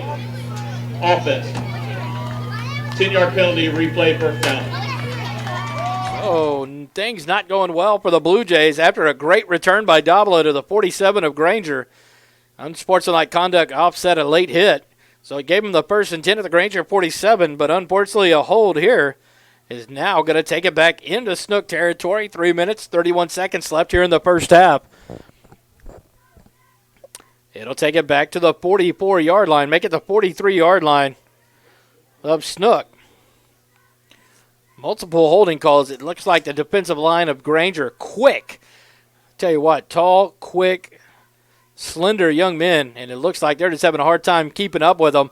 The offensive line of the Blue Jays holding multiple times so far. 3 receivers left now for the Blue Jays. They'll drop back. Laro throws the pass over the head of his receiver, off his hands, Davila. It's incomplete. A couple of Lion defenders right around him, but Davila unable to catch the ball, just a little high. Davila short-statured. That ball just floated there on Laro for the incompletion. Now it brings up 2nd and 20 from their own 43-yard line. 3 minutes, 8 seconds left here in the first quarter. The Lions lead it 10-0 over the Blue Jays here in the first round of the UIL football playoffs. Friday night football continues in Granger. We're here in Rockdale, Texas. A shotgun snap. Hand it to Davila around the left side. Outside the numbers 45-40, or 40-45. And there he's hit quickly and driven back. Looks like they'll give him about a 2-yard forward momentum. Make it the 40. See where they spot him to the far side. 44-yard line. So only a gain of 1 after all that. as Davila took the handoff here on the near side hash mark, got all the way to the outside, far side numbers, almost to the sideline, and gets cut down after a 1-yard gain. It brings up 3rd and 19 now for the Blue Jays. 2 minutes, 35 seconds in the half, and the clock is running. Wide receiver to the right, number 9, Matthew Jordan, the lone receiver to the right, and one receiver left, Jermaine Kearney, for the Blue Jays. 2 running backs offset the quarterback in the backfield. They fake the handoff. Laro's going to go right down the middle of the field. He overthrows Matthew Jordan. He had two defensive backs on either side of him in great position, but Laro just hung it up just a little bit deep, about 2 yards over the hands of Jordan, and it brings up a long 4th and 19 now for the Blue Jays. Laro, the quarterback, goes over and gets the call from Coach Patterson back to the huddle as Jordan finally makes it back to the line of scrimmage. They didn't wait for him. Or it looks like number 8, Rogers, the intended receiver there, came out of the backfield for that one. And the punt by Laro, the quarterback, bounces at the 36 of Granger, and it takes a kind Granger roll. It took one bounce to about the 35 and then backed up to the 37. So Granger takes over after the punt at their own 37-yard line. 2 minutes, 4 seconds left here in the first half. The Lions have the ball, a 10-0 lead, and they will get the ball to start the second half. So an opportunity here for the Lions to march down in the last 2 minutes of the half and try to get some more points and take advantage of the opportunity to score back-to-back possessions. But not until the Blue Jays talk it over. They take another timeout. We'll take it with them here on SHN Sports coverage of Granger football in just a minute.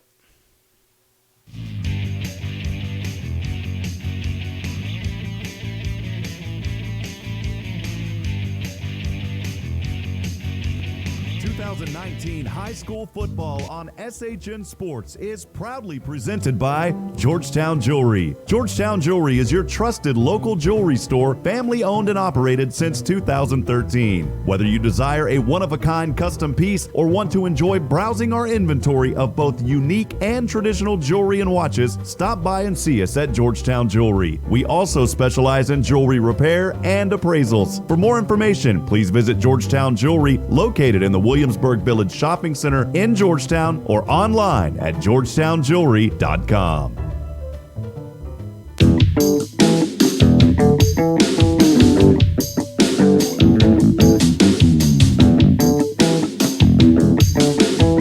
All right, back here at SHN Sports, 2 minutes, 4 seconds.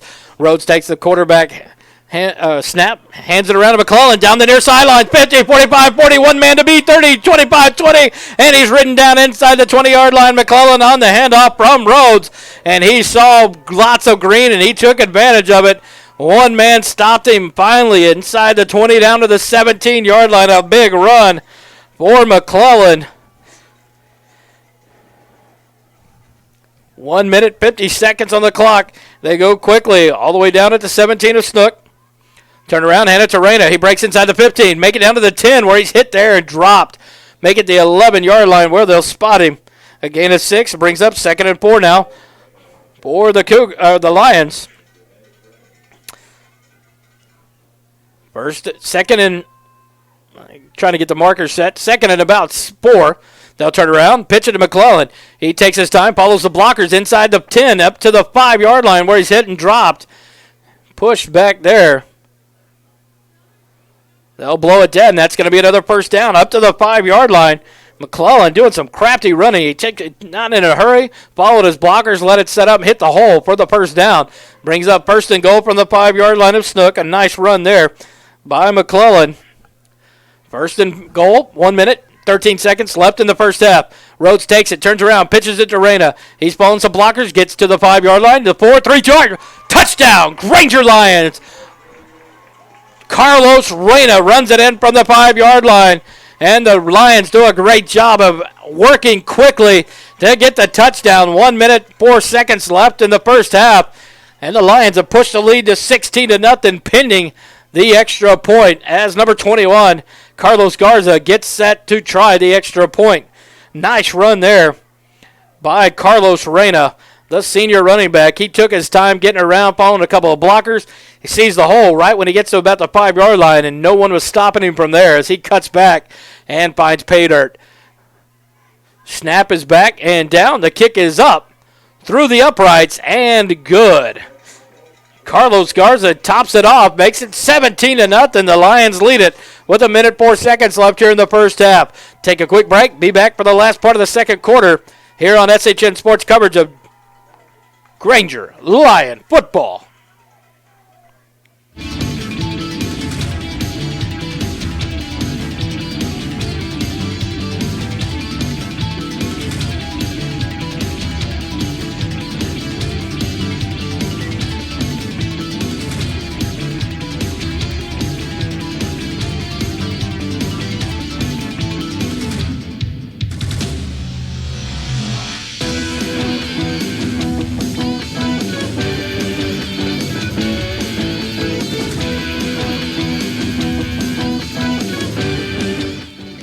Here on SHN Sports coverage of Granger Lion playoff football. We're in Rockdale, Texas for tonight's battle between the Granger Lions and the Snook Blue Jays. The Lions topping off a nice 4-play drive with a 5-yard touchdown run by senior Carlos Reyna to extend their lead 17-0 over the Snook Blue Jays with 1:04 left here in the Georgetown Jewelry second quarter.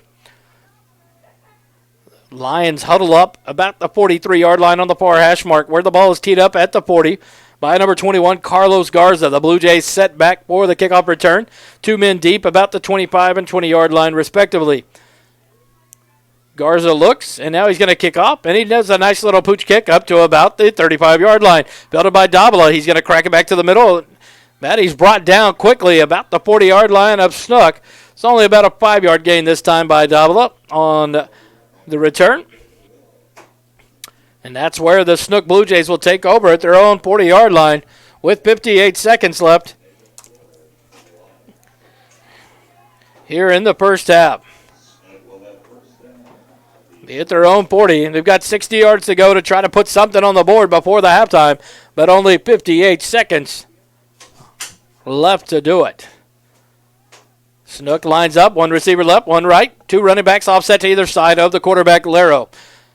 Laro takes his snap, hands it to Quan Young, back about the 45. He tries to cut back, gets back to the line of scrimmage of the 40, and that's where he's taken down by a host of Lions. He'll get a generous spot to the 39, so a gain of 1, but not much else as the defensive line of the Lions does a great job of keeping Young bottled up. So a gain of 1 to the 39-yard line, 2nd and 9. 35 seconds left on the first half clock. They huddle up. It's not much of a hurry going in here. It looks like they're just going to run the clock here as they've got 2 receivers now split to the left. 2 running backs in the backfield. Now 1 will approach the line to the tight end position. Young, the lone setback in the backfield by Laro, the quarterback. Shotgun snap. He fakes it. He looks to pass, but he's being pursued, and he's going to be he gets out of it, but he runs out of bounds. Is trying to escape the pressure. But it's a loss of 2, back to the 41. Oh, man, number 14, Nathan Flores was all over the backside of Laro, trying to bring him down for the sack, and Laro narrowly escapes, but he does cost himself 2 yards on the scramble there, and that brings up now 3rd and 11 with 9 seconds remaining here on the clock in the first half. Your Lions lead it, and I need to update this clock. I apologize. A lot of pans in the fire up here tonight by myself. 17-0. The Granger Lions lead it. 3rd and 11. 9 seconds left in the first half. They're going to hand it to Young. Right up the middle, back to the 40. 41. He breaks the tackle, gets up to about the 43, 44-yard line. And then the Lions push back, and that's where the quarter will run out. The first half is over. A gain of 3 on the play for Young. But they run out of time, and the crowd will listen to them. They are backing their Lions here as the Blue Jays and the Lions head to the field house for the halftime. We got 24 minutes on the clock. We'll take a break, get back with some stats, and thank our sponsors and present some spots by the UIL in accordance with the policies of the UIL. Looks like one of the bands may participate here. Some of the Granger band members. Let's see what they do here. But we'll take a quick timeout. 17-0 at halftime. The Granger Lions lead it. Halftime will be brought to you by the Oak Ridge Disciple House here on SHN Sports.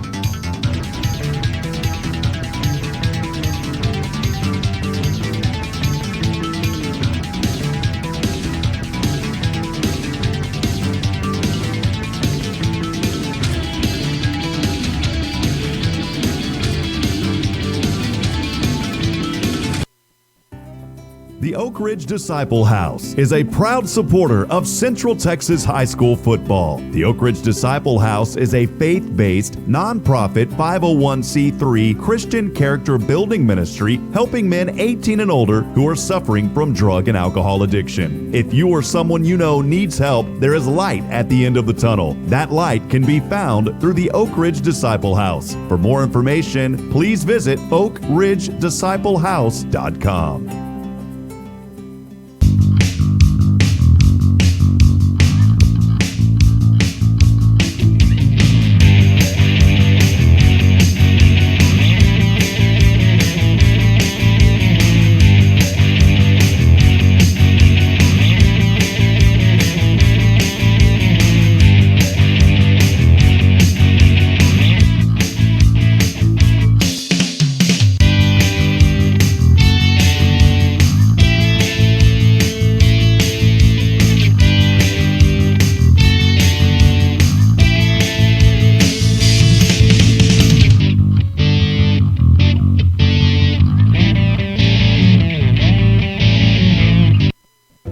The 2019 high school football on SHN Sports is proudly presented by Georgetown Jewelry. Georgetown Jewelry is your trusted local jewelry store, family owned and operated since 2013. Whether you desire a one-of-a-kind custom piece or want to enjoy browsing our inventory of both unique and traditional jewelry and watches, stop by and see us at Georgetown Jewelry. We also specialize in jewelry repair and appraisals. For more information, please visit Georgetown Jewelry, located in the Williamsburg Village Shopping Center in Georgetown, or online at georgetownjewelry.com.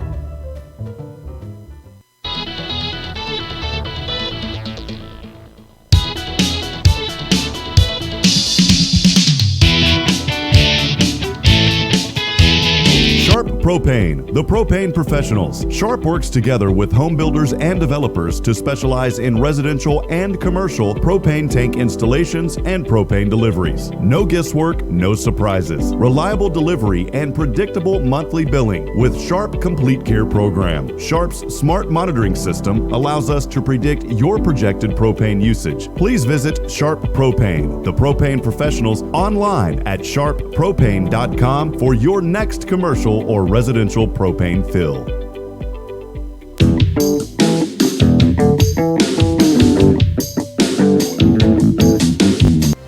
Big B's Meat Market and Grocery in Granger. We cut and grind our meat fresh every day, 7 days a week. We make a variety of sausages, from dry ready-to-eat sausages to raw ropes, as well as smoked pork sausage. We also smoke our own bacon. We have lunch specials Monday through Saturday. Come on by Big B's Meat Market and Grocery, located at 204 East Davila, or find us on Facebook at Big B's Meat Market and Grocery. Go Lions!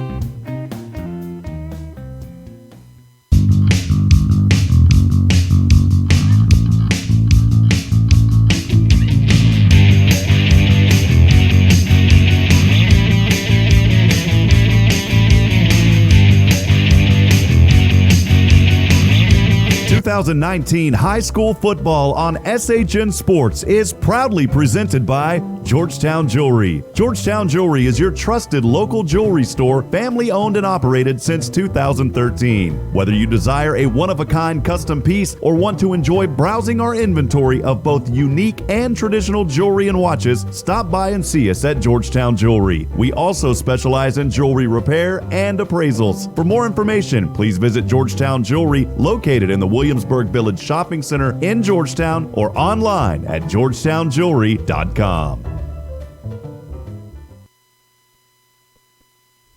Don't miss the UIL State Championships December 18th through the 21st at AT&T Stadium in Arlington, Texas. Tickets are available now through Ticketmaster. For more information, visit uiltexas.org.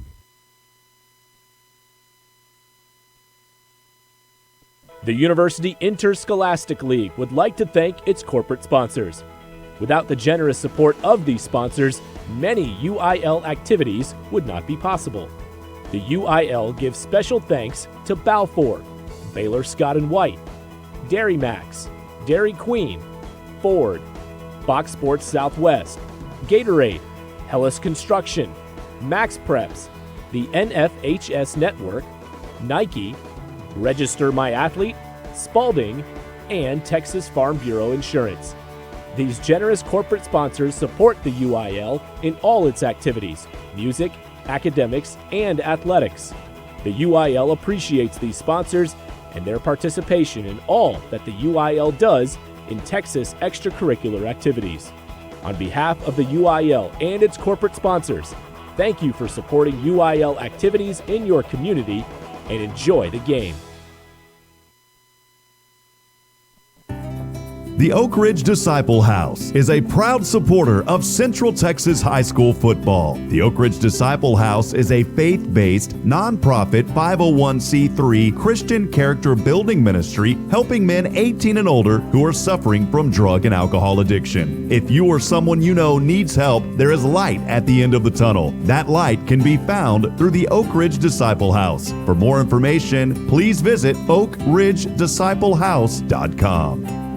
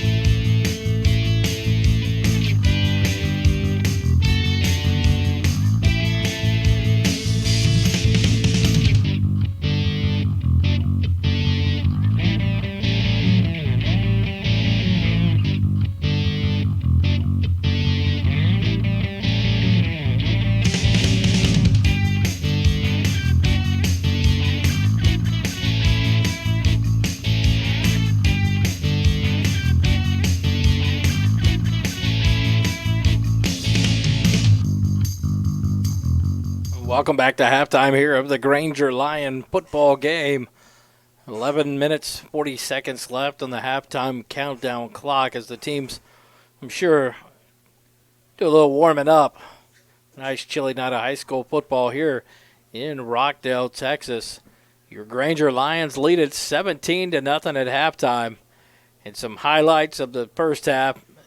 The Granger deferred the kick, the choice, and they kicked off to the Snook Blue Jays. But a beautiful onside kick executed by the Lions ended up in a recovery by the Lions.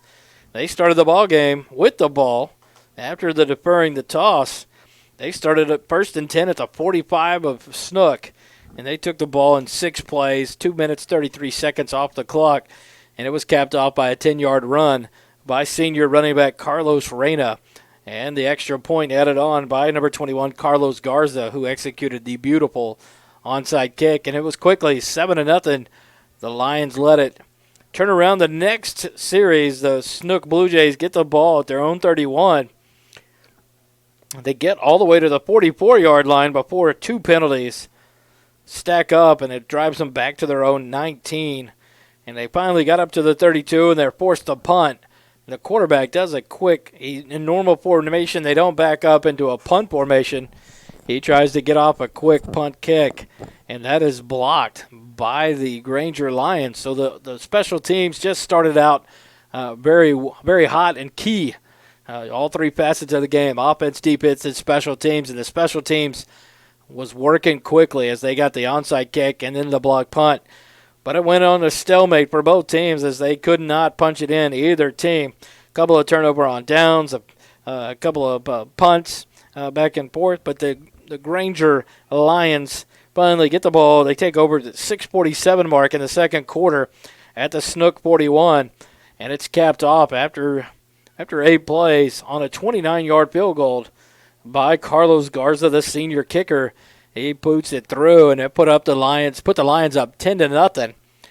And then the Snook Blue Jays came back, and they had a 4-play drive, and they were forced to punt. And the Granger Lions did a great job there. They took over the ball at their own 37-yard line, and they wasted no time. A big 37-yard line of Snook. Or no, their own 37. Reyna with a big run all the way down to the 17-yard line of McClellan. I'm going to take it away from McClellan, and I apologize.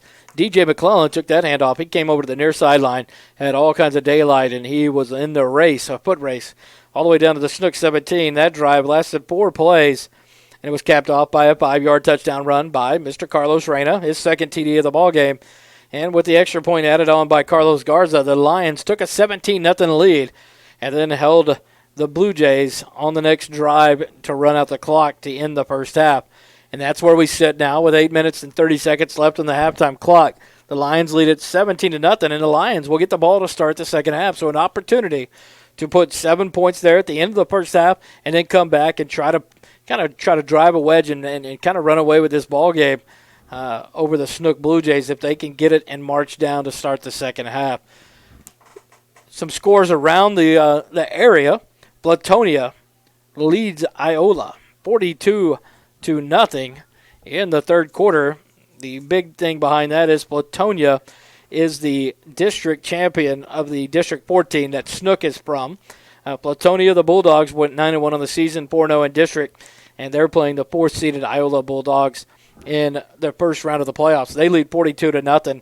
So far in this battle between District 13 and 14, you have 2 wins for District 13 as the Bremen Tigers beat the Louise Hornets last night 50-13, and the Chilton Pirates beat the Burton Panthers 28-21 last night for 2 wins for District 13. Platonia looks like they're going to cruise to the win for District 14 over Iola, but then the battle here between the Granger Lions and the Snook Blue Jays to try to settle out the bragging rights for the districts. It looks like it's going to be a 3-1 victory. Things go the way they are right now for the Lions. Other scores from around the area, the Austin, Round Rock, Georgetown, Taylor area.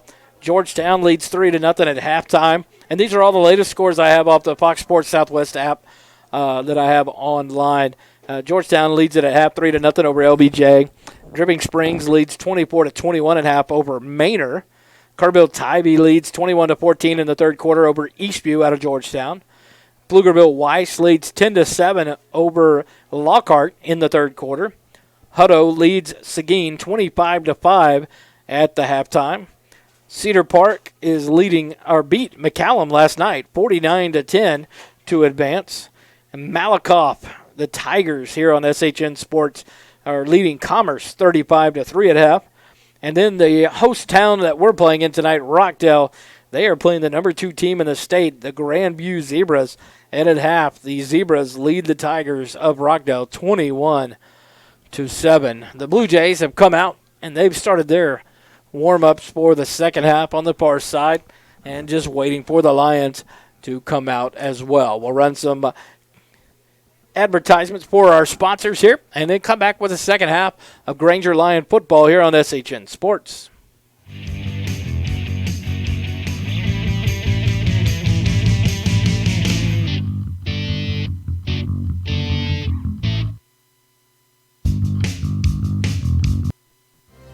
Big B's Meat Market and Grocery in Granger. We cut and grind our meat fresh every day, 7 days a week. We make a variety of sausages from dry ready-to-eat sausages to raw ropes, as well as smoked pork sausage. We also smoke our own bacon. We have lunch specials Monday through Saturday. Come on by Big B's Meat Market and Grocery, located at 204 East Davila, or find us on Facebook at Big B's Meat Market and Grocery. Go Lions!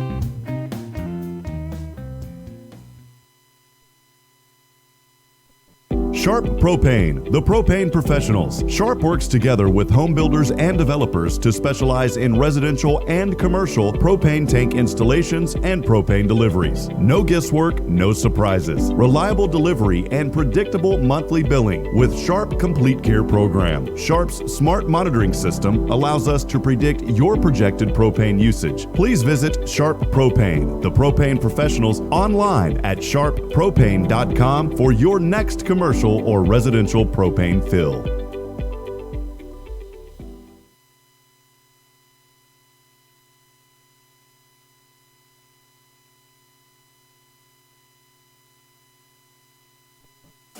Central Texas High School football on SHN Sports is made possible by Georgetown and Austin Shirt Company. 3 words describe Georgetown and Austin Shirt Company: simple, reliable, and awesome. We support our community. From screen printing and embroidery to promotional products, Georgetown and Austin Shirt Company helps put your brand on your business. Get started on your project today by getting a quick and easy quote online at georgetownshirtcompany.com.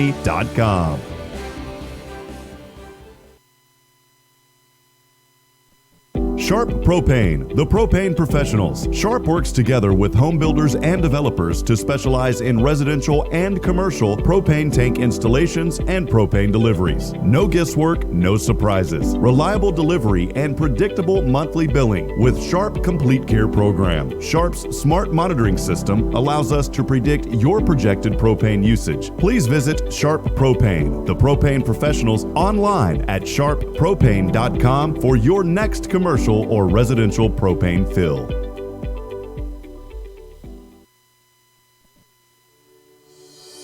Jimmy Jacobs' reputation for building beautiful custom homes in Central Texas speaks for itself. For over 30 years, he has been behind some of the most successful and sought-after new home developments in Georgetown. Grand Endeavor Homes represents a new era of elegant custom home building. Now joined by his son, Justin Jacobs, Jimmy has launched Grand Endeavor Homes to continue his legacy and reputation for custom homes in Georgetown and the surrounding areas. Visit GrandEndeavorHomes.com for details and directions to the model home. 2019 high school football on SHN Sports is proudly presented by Georgetown Jewelry. Georgetown Jewelry is your trusted local jewelry store, family owned and operated since 2013. Whether you desire a one-of-a-kind custom piece or want to enjoy browsing our inventory of both unique and traditional jewelry and watches, stop by and see us at Georgetown Jewelry. We also specialize in jewelry repair and appraisals. For more information, please visit Georgetown Jewelry, located in the Williamsburg Village Shopping Center in Georgetown, or online at georgetownjewelry.com. The Oak Ridge Disciple House is a proud supporter of Central Texas high school football. The Oak Ridge Disciple House is a faith-based, nonprofit 501c3 Christian character building ministry helping men 18 and older who are suffering from drug and alcohol addiction. If you or someone you know needs help, there is light at the end of the tunnel. That light can be found through the Oak Ridge Disciple House. For more information, please visit oakridgedisciplehouse.com.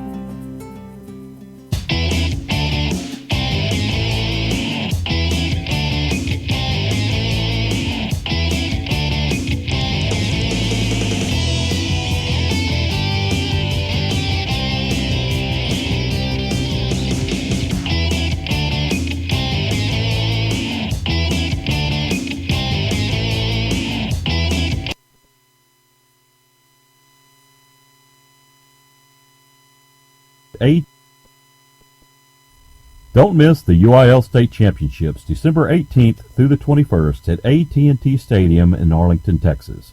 Tickets are available now through Ticketmaster. For more information, visit uiltexas.org.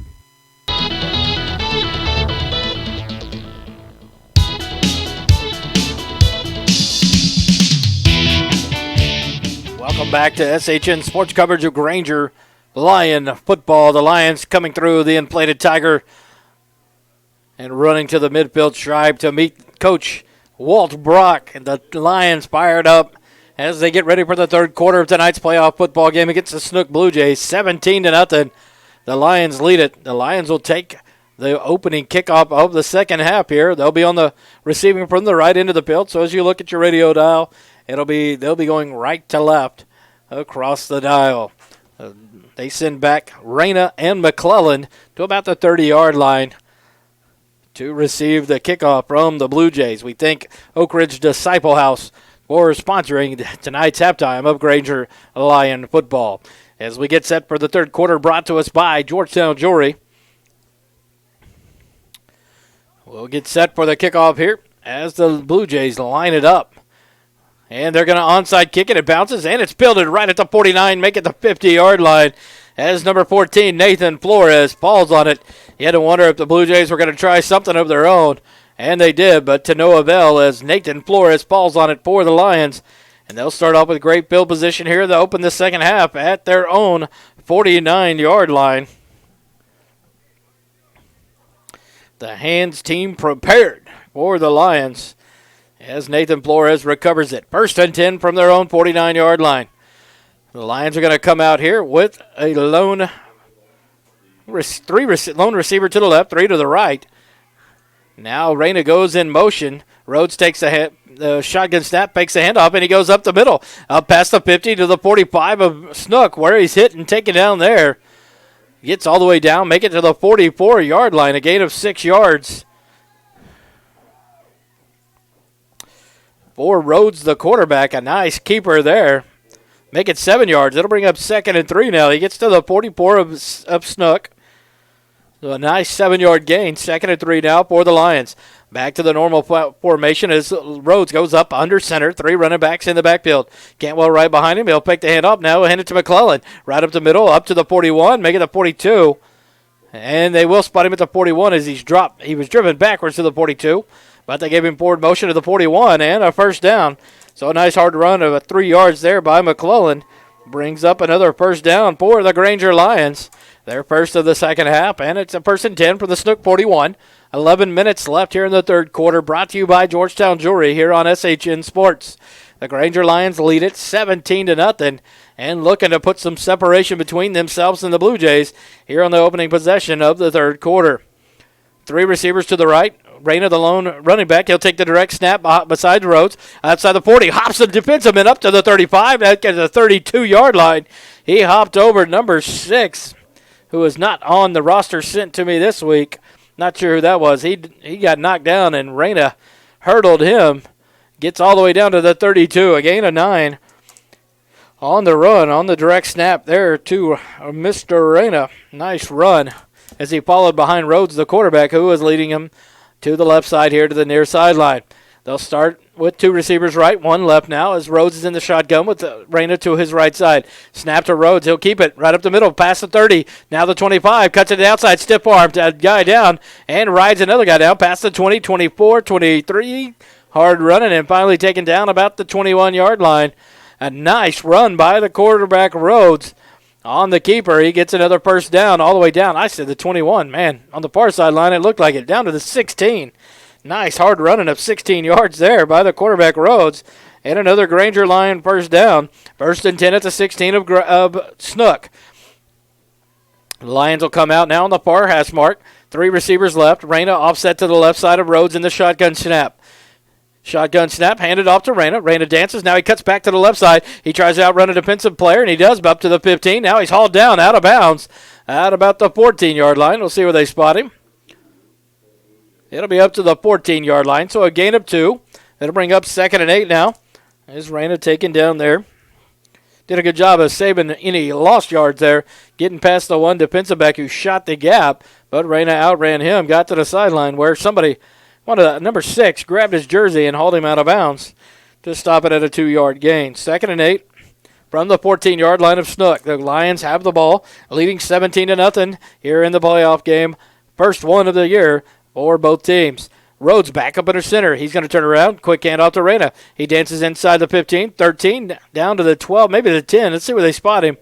They're going to spot him at the 11. So it'll be a gain of 3 on that carry. So it'll be 3rd and 5 now at the 11-yard line of Snook after Reyna gets it up to the 11. McClellan and Cantwell come out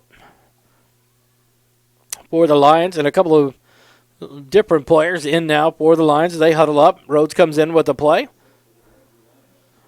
Ryder, the lone receiver to the right side. Rhodes in the backfield with Reyna set to his left. 2 receivers left for the Lions. One comes in motion. Snap back. He's going to throw on the run. And he throws it to his receiver. Who caught it? Trying to see who made the catch. A diving catch at the 5-yard line. It'll be good enough for a first down. Looks like number 8, Wyatt Bolding, makes his first catch of the ball game, and it's a big one, enough for 3 yards for a first down. 3 yards, 5, down to the 5-yard line. Sorry, again, it's 6 yards, and it was 1 yard more than they needed, and so another first down for the Lions. First and goal at the 5-yard line of Snook. 2 receivers right, 1 left now for the Lions. Direct snap to Reyna. He goes inside the 5, hit at the 4, drives down to the 3-yard line, and that's where they'll take him down and blow it dead. A helmet comes off one of the defenders for the Blue Jays. Number 21, Dalvin Workman, he'll have to come out of play as he was in on the tackle there of Reyna, but a gain of 2. It brings up 2nd and goal from the 3-yard line. After the 2-yard run there by Reyna, Rhodes to the near sideline to get the call from Coach Walt Brock. He'll go back into the huddle as Workman makes his way to the sideline to sit out the mandatory play by UIL rules for the helmet coming off in the middle of the play for safety to make sure these players don't get hurt. 2 receivers right, 1 left now. Rhodes takes a shotgun snap. He comes to the left side on the quarterback keeper. He dives for the pylon. What do they get to mark him? Touchdown, Granger Lions. And they do what you wanted. They pushed it in for a quick touchdown to open up the second half, and the Lions lead it now 23-0. What a job there by Rhodes. Reyna cut back. He was leading the blocking here to the left side, and he picks up the block on the defensive lineman, the linebacker, and that gave Rhodes the open path to the corner of the end zone, and he dove, laid out, put the ball inside the pylon, and the line judge gave him the touchdown. Now pending the extra point attempt by number 21, Carlos Garza. Snap back, the kick is up. He barely gets it under one of the Blue Jay defenders. He made a run at the kick to block it. Somehow Garza got it underneath his arms, and it's up and good. The penalty on the play was offsides on the defense. They decline it. Count the extra point. And your Lions lead it now 24-0 with 7 minutes, 17 seconds left in the ballgame. The 3-yard touchdown run by the quarterback Rhodes puts more separation between the Lions and the Blue Jays. The Lions will now kick it off from the 40-yard line back to the Blue Jays and give the defense a first opportunity here in the second half. Great job of different play calling, different people handling the ball. Nice little pass, a big pass on third down and 5 for the Lions. Rhodes makes the pass on the run to Wyatt Bolding, picks up a first down, and that's where it all went into play there after Rainey had the 2-yard gain. And then Rhodes finished it off with the 3-yard touchdown run. And the extra point kick by Garza makes it 24-0. Your Lions leading it here in the playoff game tonight. What a beautiful performance by the Lions all across the board. You got to give credit to all three components, offense, defense, and special teams. Here comes the kickoff. Number 4, Johnny Ryder kicks it deep. It's fielded, bobbled at the 17-yard line. And he's dancing around. Now he'll come to the right side. It's going to be, we'll see who it is. The ball's on the ground. No, it's not. There's just penalties galore on the ground. Lots of penalties coming in and lots of men on the ground. The return there looked like, trying to find out who it was by, number 6. Wyatt Bolding on the tackle. We're not sure what the penalty is going to be as the return got up to about the 20, make it the 34-yard line. We'll go to the umpire. During the return, block in the back, receiving team, 10 yards from the spot of the foul, first down. So an illegal block in the back by the Blue Jays, and that'll negate the big run for the Blue Jays, and that'll back them up a little bit more there.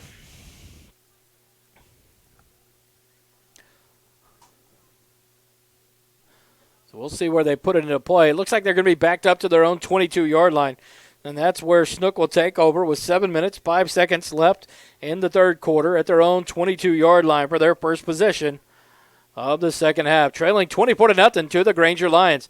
Snap back to Lero. He hands it to Wyatt.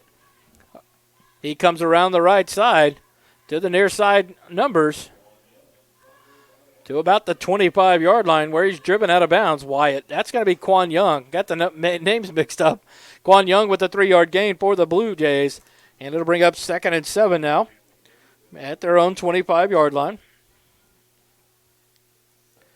A lot of extra activity going on between different players of both teams as Young got driven out of bounds.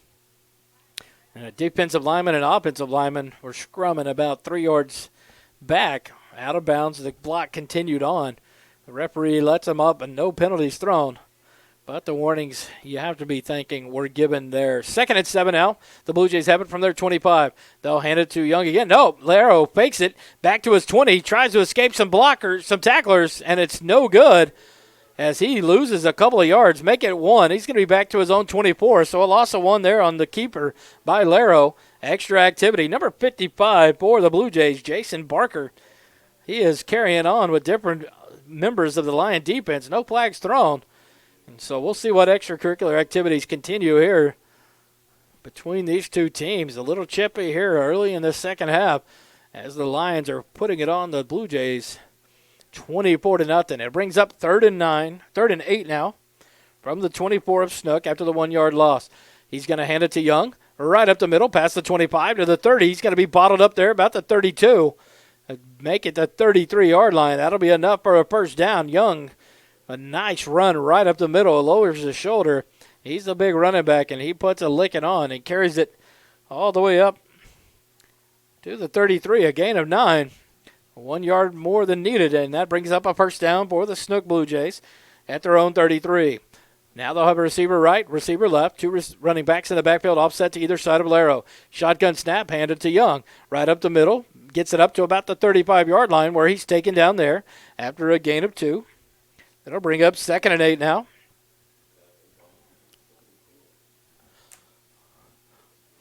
For the Blue Jays. 2nd and 8 from their 35-yard line here in the Georgetown Jewelry third quarter. Bringing you Granger Lion football here in the playoffs And they are putting on a performance here tonight. 24-0. They lead it with 5 minutes, 15 seconds left in the third quarter. The Blue Jays of Snook have the ball, 2nd and 8 from their own 35-yard line.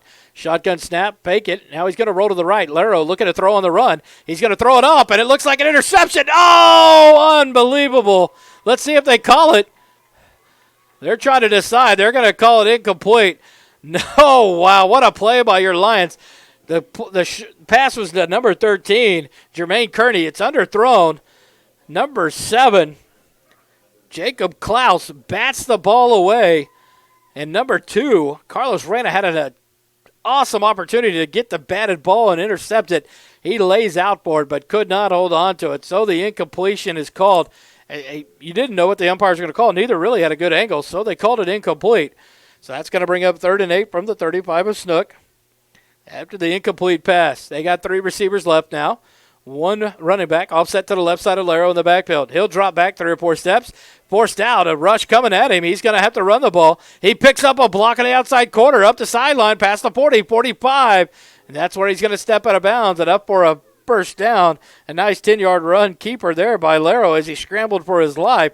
And he picks up the first down after a gain of 10. A nice block. Number 55 for the Lions, Noah Gayton, almost got Laro in the backfield. Laro escapes and gets it up the far sideline for a gain of 10 and another Blue Jay first down. 44 minutes, 45 seconds left in the third quarter. 24-0. The Lions lead the ball game over the Snook Blue Jays. They have the ball 1st and 10 at their own 45-yard line. 3 receivers come to the right. Young, the running back, offset to the right side of Laro in the backfield. Snap, handed to Young, right up the middle. He dances 45, breaks a tackle up to 50, 45, breaks away, breaks another tackle, 40, 35, 30, finally hauled down at the 25, make it the 24-yard line of Granger, and he gets up high, stepping it, strutting after a great run there by that young man, Quan Young, the lifeline of this Blue Jay offense tonight. He has taken this team on his back. Nice run there.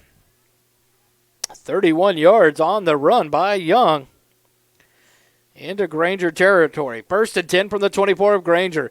Now we're going to get a timeout here by Granger and Coach Walt Brock. He'll take his first timeout with 4 minutes, 20 seconds left in the third quarter. 24-0, the Lions lead it. We'll take a quick timeout. Be back with more of the Georgetown Jewelry third quarter here of Granger Lion football on SHN Sports.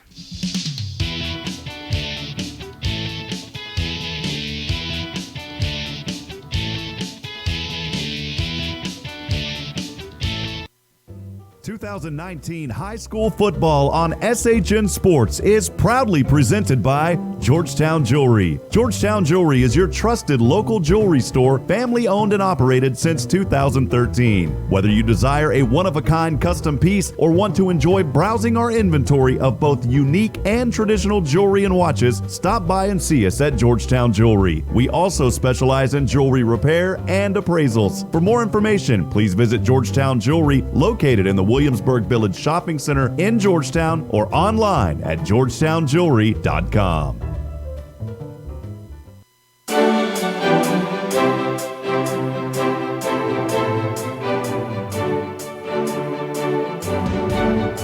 Back here on SHN Sports coverage of Granger Lion football. The Georgetown Jewelry third quarter bringing you the 24-0 lead by the Lions. 4 minutes, 20 seconds left here in the third quarter. The Blue Jays have the ball 1st and 10 at the 24 of Granger. Shotgun snap, the handoff from Laro to Davila. He goes to the outside the hash marks to the numbers. He hits, breaks a tackle, and he's finally brought down inside the 20. Spotted down about the 17-yard line, so a gain of about 7 on the play by Davila. That'll bring up a 2nd and 3 now for the Lions in Granger territory.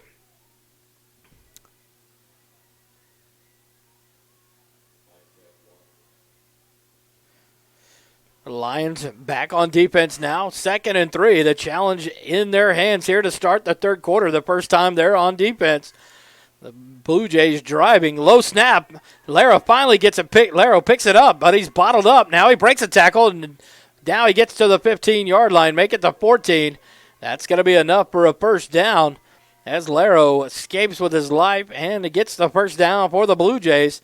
1st and 10 at the 14 of Granger. A nice job there. Is that low snap? He had to try 2 or 3 times to pick the ball up, and he finally does. Scrambles forward for the first down to keep the drive alive.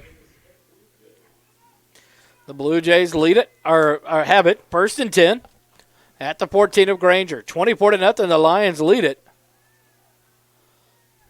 As the Blue Jays get the call, both quarterbacks go to the sideline and get the play call from the coaches. Laro comes back in. The Blue Jays rush to the line. It's the play clock down to 1. Snap comes. It's fumbled by Quan Young. He drops back to the 25, 28-yard line. Now a stiff arm. He gets away to the 20, and now he's drugged down about the 19-yard, or make it the 16-yard line. It'll be a loss in the play, but there is a flag. They're going to blow it dead here. So Quan Young does a good job of escaping a big loss as he picked it up about the 29, 30-yard line. Gets back to about the 16 of Granger. It would just be a loss of 2. But we'll see what the penalties are here as they discuss. One official has his hat off, a flag out of his pocket. A shoe was coming out next, but they held on to it. No need to toss the shoe. So we'll go to the field, Mike, and see what the call is from the head umpire. Holding, offense, personal foul, face mask, defense. Those fouls will offset, replay first down. So offsetting penalties, a holding on the offense again by the Blue Jays, but a face mask on the tackle of Quan Young offsets the holding, negates the holding penalty. So it'll be 1st and 10 again from the 14-yard line of Granger. Got 2 penalties there, 1 on each team. 1st and 10 now, again, for the Blue Jays. Shotgun snap, back to Quan Young at the 20. Now he drives up, 15, 10, inside the 10-yard line, down to the 8. That'll be a gain of about 6 yards for Quan Young. Direct snap to him. He gets a gain of 6, down to the 8-yard line of Granger. Bring up 2nd and 4 now. Inside the 10 of Granger, the Blue Jays methodically marching the ball. Only 1 pass attempt, and that was almost picked off by the Lions. Everything else has been on the ground. Laro in the backfield. Shotgun snap to Dabla. Direct snap. He's hit. He's going to go down for a loss unless he breaks the tackle, and he does. Gets back to the line of scrimmage. So now Laro is not in there at the quarterback position. He's up in the out as a wide receiver.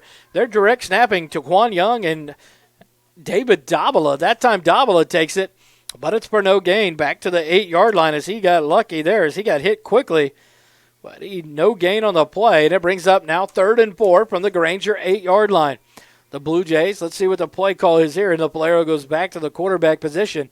They've just been snapping back and forth. He's going to call the play from the huddle, and this time Laro will stay in the backfield with Quan Young and David Dabla offset to the left and right, respectively. They'll snap from the far side hash marks. It goes to Laro. He drops back. He's going to throw a lofty pass into the back corner of the end zone, but the ball is out of play, uncatchable for the incompletion, and that'll bring up now 4th and 4 from the 8-yard line.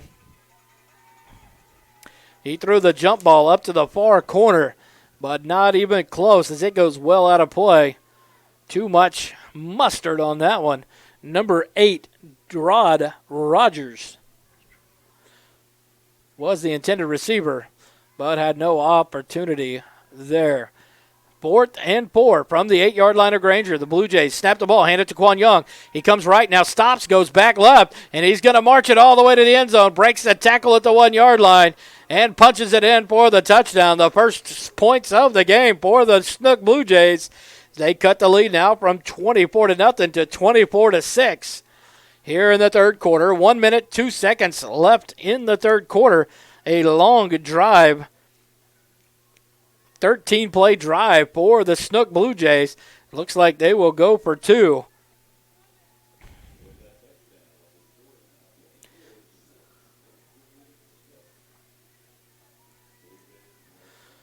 See what they do here. Laro comes back in. He's going to have 1 receiver left, 1 right, and 2 running backs in the backfield. The assumption and the play is a handoff to Young. He comes to the right side, and he's tackled from behind. Number 74 and number 3, 74, Dwayne Gata, and number 3, DJ McClellan stop Young at the 2-yard line, short of the goal line. So the 2-point conversion is no good, and that's where we sit with 1 minute, 2 seconds left here in the third quarter. 24-6, the Lions lead it over the Blue Jays. Quick timeout, back for more football here on SHN Sports.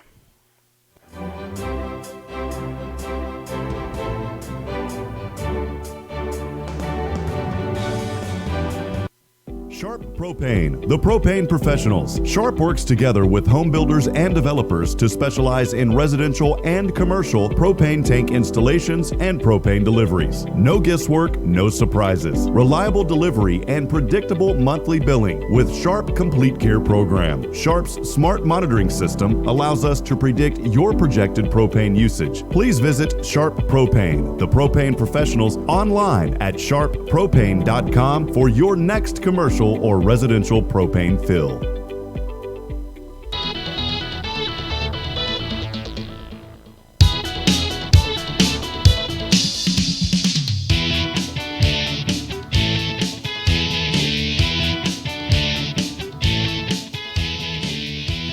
Welcome back to SHN Sports coverage of Granger Lion football.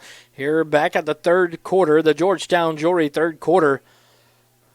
The Granger Lions lead cut to 24-6, 18-point lead now for the Lions as the Blue Jays get ready to kick it off. From their own 40, two kickers back. It looks like they may go for another onside kick, and they don't. They kind of squib it, but it's fielded nicely by the Lions back to their own 42-yard line. A good job there by Mr. All-Around player tonight, number 21, Carlos Garza. He does a great job of falling on that one. He fields it on the bounce. That ball was bouncing all over. He dives on it for the Lions, and they'll take over with a minute left in the third quarter at their own 42-yard line. Update the scoreboard here for you. Apologize. 24-6. Your Lions lead it in the third quarter. They take over 1st and 10 from their own 42 in the center of the field. One lone setback. Running back in the backfield is Reyna, offset to the left. He'll take the direct snap. He goes to the right side, across the 45, up to the 50, 48, past the first yard marker. One line judge has him at the 47 of Snook. One has him at the 48. But nonetheless, it'll be enough for a Granger first down into Snook territory up at the 48-yard line. A nice 10-yard run by Reyna on the direct snap. The Lions get the play call. Another first down. 1st and 10 at the 48 of Snook on the far hash mark. Two receivers right, two left. Reyna offset to the left of Rhodes. He'll hand it to Reyna. Reyna dances to the right side. Gets a couple of defensive linemen to miss. Nice job of a little shift work there of the hips. Gets to the outside the numbers, past the 45, 44. And he's finally taken out of bounds at the 43-yard line. A nice gain of 5 there by Reyna. And that'll probably be the last play. Nope, they're going to call him out of bounds, so the clock did stop. 17 seconds left in the third quarter. They mark him now down to the 42-yard line. So a gain of 6, 2nd and 4 now at the Snook 42. 17 seconds left in the third quarter. Two receivers left, one receiver right for the Lions. Two running backs offset to either side of Rhodes in this shotgun. He's going to take the snap, fake the handoff, and he's going to keep it here to the left side. Outside the 40 after a stiff arm to 35 to the 30. He's going to run out of bounds. Avoid the hit up to the 30-yard line with 8 seconds left in the third quarter. A nice run there of 12 yards by Rhodes, the quarterback. Picks up another first down for the Lions inside Blue Jay territory. 1st and 10 at the 30. 8 seconds left here in the third quarter. Rhodes over to the sideline to get the play call and back to the huddle for the Lions. Great job of methodical running the ball left and right here by the Lions, burning this clock, trying to wear it down and extend their lead at the same time. Rhodes offset with two running backs to either side of him. Two receivers left, one right. He's going to hand it to Reyna right up the middle. He's quickly hit at the 30 as he kind of waited for a hole to develop, and it didn't happen. And Justin Supak makes the tackle, and that brings the third quarter to an end. 24-6, the Lions lead it. Quick timeout. Back for the fourth quarter of Georgetown Jewelry fourth quarter of Granger Lion football here on SHN Sports.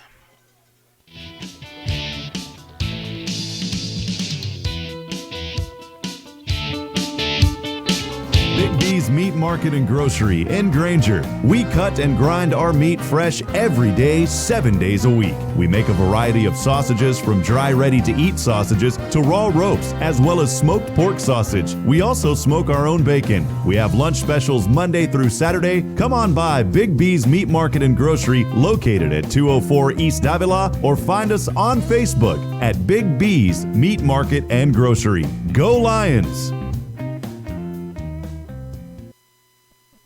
2019 high school football on SHN Sports is proudly presented by Georgetown Jewelry. Georgetown Jewelry is your trusted local jewelry store, family owned and operated since 2013. Whether you desire a one-of-a-kind custom piece or want to enjoy browsing our inventory of both unique and traditional jewelry and watches, stop by and see us at Georgetown Jewelry. We also specialize in jewelry repair and appraisals. For more information, please visit Georgetown Jewelry, located in the Williamsburg Village Shopping Center in Georgetown, or online at georgetownjewelry.com.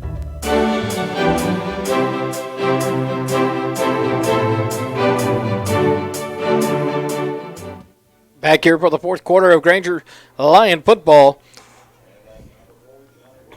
3rd and 10. 2nd and 10. And a handoff to Reyna around the left side. Across the 30, up to about the 25-yard line, where he'll be taken down there. So to bring up 3rd and 5 now for the Lions at the 25-yard line of Snook. Fourth quarter has now begun, and an 18-point lead for your Granger Lions, 24-6, as they continue the drive here, trying to put this game away with another touchdown on the board. 3 receivers left now. Rhodes hands it off to Reyna. Up past the 25, breaks a tackle outside the 20, and he'll pick up another first down to the 16, making the 17-yard line of Snook. They'll spot him at the 17. Nonetheless, a nice 8-yard run and another first down for the Granger Lions in Snook territory. Number 52 for the Lions, or for the Blue Jays, goes down. David James, he hops back up and is able to run off the field under his own power. Thank goodness he is all right. No injuries, big injuries here tonight. A couple players have come off the field limping, but no one carted off, and both players that were hurt have come back into play at later times in the ball game. 1st and 10 from the 17-yard line of Snook. The Lions have the ball. Rhodes drops back. He's going to pass. He's got a wide open receiver. Touchdown, Granger Lions. You got to love it. Johnny Ryder catches the nice floated pass from the lefty Rhodes. He hung it up there back to the corner. Ryder went and got it. And a touchdown for the Lions. That moves it to 30-6. A beautiful 17-yard pass and catch for the touchdown. Rhodes to Ryder. I tell you what, that was impressive as the lefty hung it up there back to that corner. And the sophomore Johnny Ryder went and got it. Garza on for the extra point attempt. Snap is back and down. The kick is up through the uprights, and it's good. And here comes the penalty flag again. 31-6 will be the score. We'll see what the penalty is called here. It looks like it may be a clipping on the Lions. We'll see what the referee calls. The head referee. Try to go to the field mic and get the call. Personal foul, block below the waist, kicking team, offsides, defense, fouls will offset, retry. So, the Lions do get lucky there on the personal foul. The block below the waist would have been one that I think they would have been forced maybe on the kickoff being a big penalty, but it's negated by the offside penalty by the Blue Jays. So it's still 30-6. 10 minutes, 33 seconds left here in the ball game. And we'll have a retry of the extra point by Carlos Garza. He'll set up. Number 6, Travis Miller, will do the holding. Offsides again on the defense. The snap is back. The kick is up. It is no good. But there will be another retry as the Blue Jays trying to time the snap. They come off every time offside, drawn offsides multiple times tonight. So we'll go back to the field mic and the umpire. Offsides. Defense, half the distance, retry. We'll go for extra point attempt number 3 here. And we're going to change kickers. Number 21, Carlos Garza, comes off the field, and it looks like number 13, Reynaldo Valverde, the freshman, is going to get an opportunity for the extra point attempt. He takes some steps back and over to the left, just like the professional. Snap is back and down. The kick is up, and it's blocked. And here come the Blue Jays the other way. They pick it up, the scoop and run. They're not going to be able to return it as they're taken down at the 39-yard line of Granger by McClellan. Number 13, Jermaine Kearney, gets the block, and he picks it up and returns it. But no avail there, no points exchanged as he gets taken down at the 39. So the extra point is no good. The score remains 30-6. The Lions lead it here in the fourth quarter. Quick timeout. Be back for the kickoff with more Granger football on SHN Sports.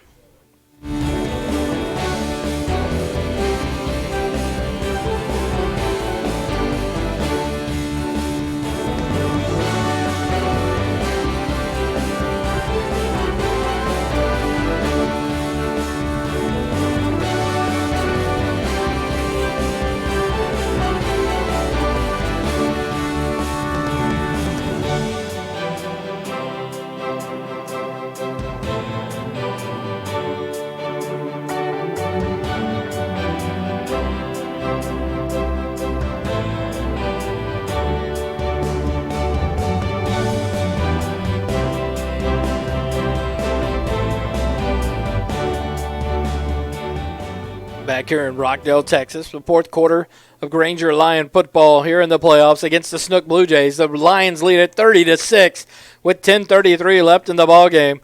They prepare to kick off from their own 40. Snook has 2 men deep at the 25-yard line.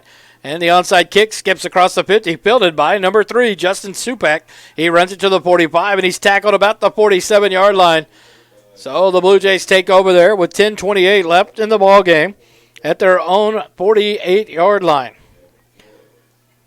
The one thing, Blue Jays finally got on the board in their last possession, but being down 24-0 at the time, they ate up 6 minutes of game clock in that one possession, to where when Granger got the ball back with the 1 minute mark in the third quarter, a lot of crucial time came off the clock there in this running offense by the Blue Jays. And so they're down 24 points, 30-6 with 10:28 left in the ballgame. Have to see if they go to a more open passing game here, trying to put up points and not lose all the time. 1st and 10 from their own 48. And we have a penalty quick. It's going to be a false start.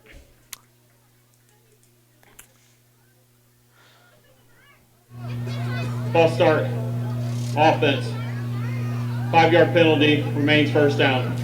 A 5-yard false start penalty by the Blue Jays backs them up to their own 43-yard line. So it'll be 1st and 15 now for the Blue Jays. They're going to go with one receiver left, one receiver right. Davila now moves up to the line in the tight end position. Quan Young in the backfield. He'll take the handoff. Now he's going to go to the reverse to another man coming across the left side. He's cut off, back up to 40, now to the 44-yard line. So a gain of about 1 on the reverse. A great job by number 64, it looked like, Jake Kaminkow. Cut off the reverse, forced the runner back up in the middle, and it's a 1-yard gain for the Blue Jays up to their own 44-yard line. So it'll bring up 2nd and 14. From their own 44. They got to get to the 42 of Granger for a first down. Shotgun snap. Back to Laro. He hands it to Quan Young. Up to the 45. Cuts back. He's held up there. Gets up to about the 47 to the original line of scrimmage. And that'll bring up 3rd and 10 now. A great job by one of the defensive linemen for the Lions. He grabbed Quan Young around the thigh, and he did not let go, and he waited for backup. And they got there quickly and bring him down after just a 3-yard gain up to the 47. 3rd and 10 now for the Blue Jays at their own 47. 9 minutes, 15 seconds left in the ball game. It's going to be 3 receivers right now for the Blue Jays. Quan Young, the lone running back in the backfield to the right of Laro. Shotgun snap is back. Laro scrambles to the right side, looks to throw on the run, and he's forced down, and he's going to be hauled down for a loss. They're going to call a face mask there, no doubt, as number 21, Carlos Garza, gets the tackle, but unfortunately got a hold of the face mask, and that's going to be an automatic first down for the Blue Jays. Here is the red. Well, now they're having a discussion like there was more than one penalty. So we'll see what happens here as they have their discussion on the far side of the field about the 40-yard line. And now here comes the referee.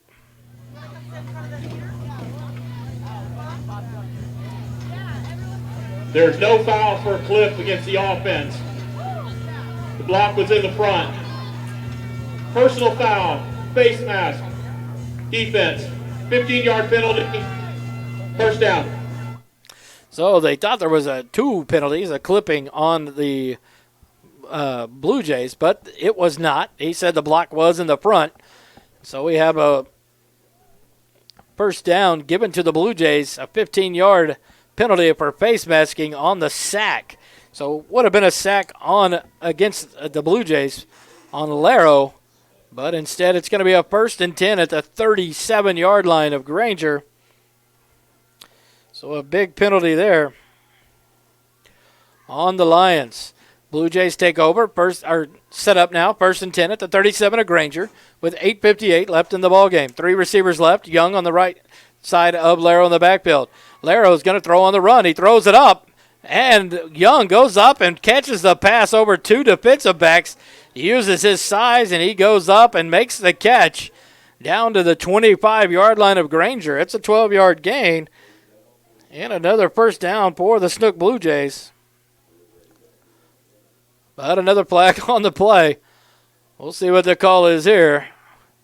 They're on the far sideline talking.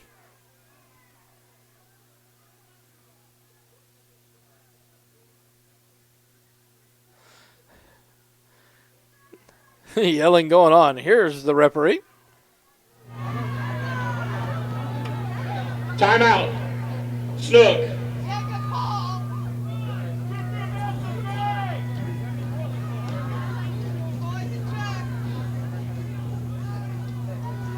So Snook grabs a timeout. Trying to see what the penalty is here. As the referees all try to decide what's going on. Still a flag on the far sideline, about the 43-yard line of Granger. The ball would be at the 25-yard line of Granger after the nice catch by Quan Young up over 2 defenders. He got behind him, and the ball was thrown up a little higher, and he went up and got it and made the catch and pushed out of bounds there at the 25. So it's either a 1st and 10 at the 25 or it'll be something different. Well, let's look at the penalty kill. The referee seems to get it straightened out now as he gets ready to approach.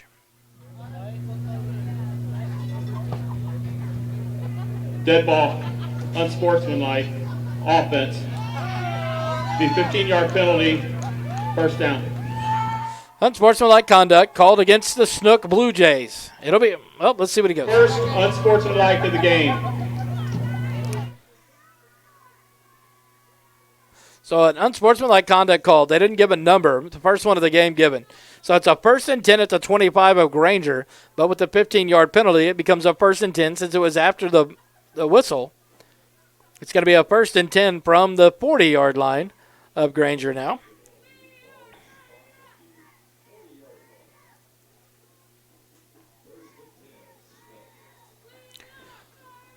So here we go with 8 minutes, 51 seconds left in the ballgame. That play was kind of crazy, and Snook burnt a timeout in the middle of it. Laro, the quarterback, takes the shotgun snap, hands it to Quan Young. He's going to throw it. He throws it downfield into double coverage, and it's picked off the Granger Lions. No! Johnny Ryder can't hold on when on his way down, he drops the ball. Ryder almost had the interception as Quan Young threw it up into double coverage. He underthrew it, and Johnny Ryder went up and almost picked that ball off, but unable to haul it in. So it brings up a 2nd and 10 from the 40-yard line of Granger. Quan Young took the handoff on the sweep right, stopped and threw it up to his receiver, number 6, who we don't have his name, for the incomplete pass. One receiver right, one left. Laro takes the snap, hands it to Young, right up the middle. Past the 35, 30, carries a couple of tacklers inside the 30, down to the 27-yard line. And it'll be a first down on the 13-yard gain by Young. Another first down. The tackle made there by Andrew Romero of the Lions, but not until the first down was gathered in by Quan Young, the big running back for the Blue Jays. First and 10 from the 27 of Granger. 8 minutes, 24 seconds and counting on the clock. Here left in the ball game. One receiver right, one left for the Blue Jays. Laro takes the shotgun snap, hands it to Quan Young around the right side on a sweep. He gets to the sideline, 30 inside the 25. Flag thrown on the play. Whistle is blown. They're going to spot him about the 25-yard line. But another flag on the field, make it the 24-yard line. So it would have been a gain of 3 for Young as it stands. We'll see what the penalty is called here. Personal foul. Hands to the face. Defense. Half the distance from the end of the run. First down. So the run was a 3-yard gain by Quan Young up to the 24-yard line of Granger. On top of that, you'll tack half the distance to the goal, they said. I'm not sure how you do that. It's a 15-yard penalty from the 24-yard line. We'll see where they set it up at. It's going to be a first and 10 for the Blue Jays all the way down to the 12-yard line.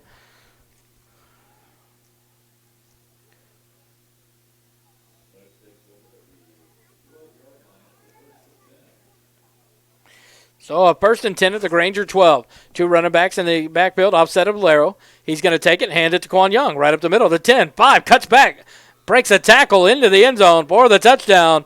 Snook Blue Jays score again. 7 minutes, 48 seconds left in the ball game. The score cut now 30-12, back to an 18-point lead for the Lions. It looks like they're just going to go for 2 again. Or the Blue Jays, they huddle up.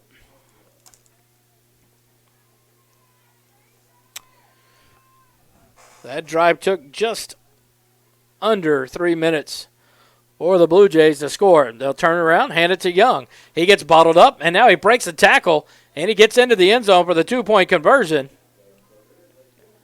But another flag comes into play here. And we'll go to the referee again. Holding. Offense. 10-yard penalty. Retry. So a holding on the offense again. And it'll be a retry of the 2-point conversion. Back to the 13-yard line. As Quan Young broke the goal line, Johnny Ryder tried to make the tackle. It was a good battle there as Young is able to get into the end zone right across the goal line. But it's all for naught as the holding penalty called on the Blue Jays.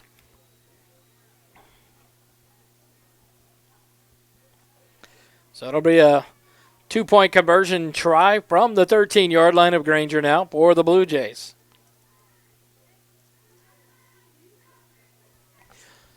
Laro in the backfield. He takes it. He's going to throw it to the corner. Quan Young split out there. The ball thrown up. Young goes up and gets it, but he can't hold on to it as he comes down to the ground. And it's incomplete. It pops out of his hands there. A nice play. You can tell that Quan Young is the weapon of choice for the Blue Jays. Instead of in the backfield there, he split out to the far right side. They threw it up for him, but unable to make the catch. So the 2-point conversion is no good, and the score stands 30-12 with the ball game down to the final 7:48 here. The Lions will get the ball after this. We'll be back after a quick timeout on SHN Sports.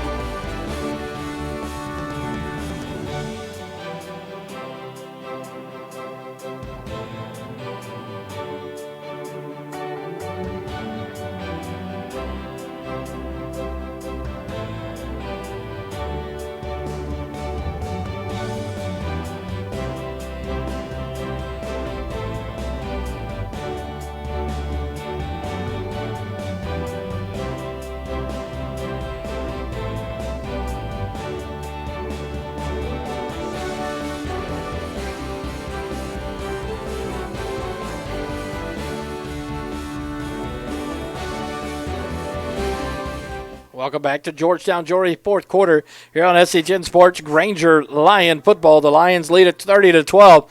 The onside kick by the Blue Jays gets across the 50-yard line, fielded at the 49 by the Lions. On the far side, number 7, Jacob Klaus falls on it, and the Lions take over there at their own 49-yard line. 1st and 10 with 7:47 left in the ball game. So at the 7:47 mark, their own 49-yard line, the Granger got to just try, you would assume, run the clock out as quick as they can here. And take the air out of the ball, not let the Blue Jays have it back. Looks like number 4, Johnny Ryder, just went in and called the play. So Ryder at the quarterback spot now. He's got 2 receivers left, 1 right, 1 guy in the backfield with him.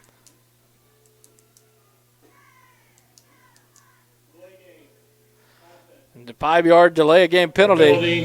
First down. On the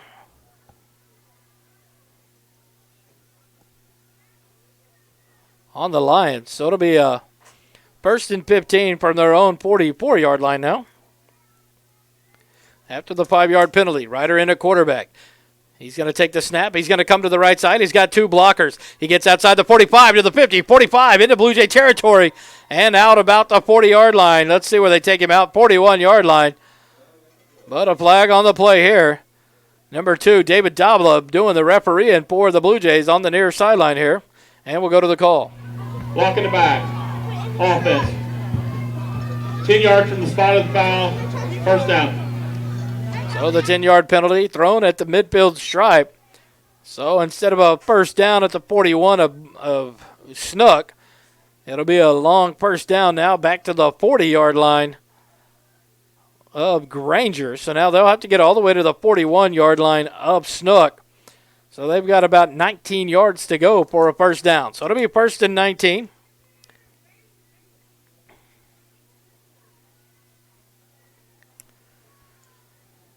Rhodes back in at quarterback now. Ryder comes out to wide receiver now. Rhodes back in at the quarterback spot. 7 minutes, 40 seconds left in the ball game. The original formation with 3 running backs in the backfield.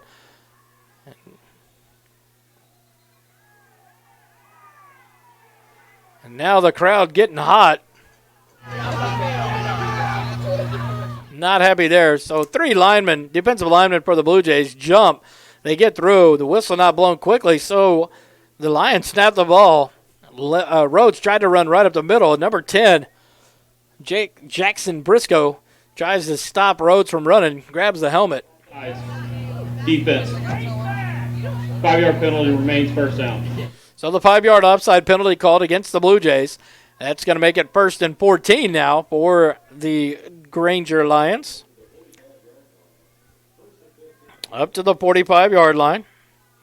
So far, no plays run, 3 penalties called. After the delay of game, then the block of the back, and now the offsides on the defense for the Blue Jays. 1st and 14 from the 45 of Granger. 7 minutes, 40 seconds still left in the ball game. Rhodes under center. Nope, make it Ryder. He turns around, pitches it to Reyna. 45. Runs over a tackler right to the midfield stripe. Number 1, Garrett Laro, the quarterback, got run over there by Reyna. He lowered the shoulder, stayed in bounds. Gets the gain of 5 up to the 50-yard line, the midfield stripe. And it brings up 2nd and 9 now for the Lions. The clock's still running. 7 minutes, 15 seconds left in the ballgame. Coach Brock standing here on the near sideline about the 45, talking to Ryder, the quarterback. Rhodes, I get the quarterback mixed up, sorry. Rhodes, the quarterback, on the sideline for the Lions. Ryder up under center. He'll take the snap, turn around, pitch it to McClellan around the left side. He gets across midfield, dances past the tackler to the 45, breaks a tackle, now the 40, 35, and he runs over 2 tacklers about the 34, 33-yard line. A nice run by McClellan, DJ McClellan, the freshman, doing work. See where they spot him. It's got to be about the 32-yard line, it looks like. It'll be well enough for another first down for the Lions. And it will be at the 32-yard line of Snook. A nice 18-yard run by DJ McClellan. That's a 1st and 10 now. They're letting the clock run. The play clock down to 15. And the game clock at 6 minutes and 30 seconds and counting. Ryder at quarterback.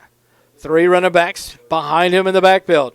Ryder takes a snap, turns, hands it to Reyna. He's up to the 30, inside the 29, maybe the 28. Let's see where they spot him. He'll be at the 29-yard line. So a gain of 3 there for the Lions.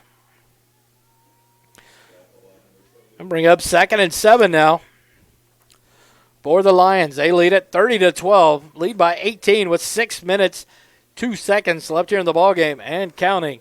20 seconds left on the play clock. Coach Brock keeping Ryder over at the sideline, calling the play, taking his time. Ryder trots out with 13 seconds on the play clock, gives the call, and the Lions break the huddle. 2nd and 7 from the 29-yard line of Snook. Ryder under center, turns around, fakes the pitch, and he'll keep it around the right side with 3 blockers. He gets past the 30. Big block by Reyna, taken down about the 24 or 26, maybe the 25-yard line. They'll be spotted at the 25, so it'll be a gain of 4 there by Ryder on the keeper. It'll bring up 3rd and 3 now from the 25-yard line of Snook. Ryder on the sideline with Coach Brock. They'll take their time here with 5 minutes, 12 seconds left in the game. 18 seconds left on the play clock. Ryder gets the play call, heads into the huddle. The Lions need 3 yards for the first down here to try to keep this drive alive and keep running this clock off to finish off this ball game. Ryder up under center with 5 on the play clock. He turns up, handoff to the up back, Cantwell. He gets across the 25 to the 20, up past the, they're going to call him down at the 17. He rolled forward to about the 15, but they spot him down at the 17. Nonetheless, that is a first down, a nice 8-yard run there by Cantwell. Another first down, and the clock keeps running. The Lions doing a great job here. The clock is now at 4:35 and counting. 15 seconds on the play clock. Ryder joins his team in the huddle, gives the play call as they break it with 12 seconds on the play clock.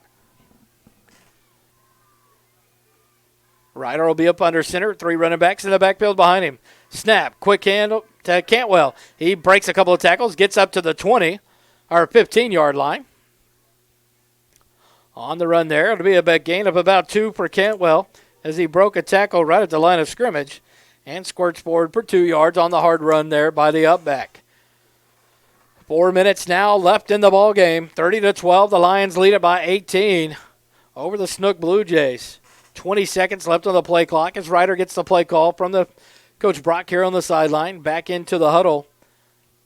Calls the play out, and the Lions break the huddle with 10 seconds on the play clock. 3:45 on the game clock. Ryder up under center, 3 running backs in the backfield. He'll take the snap.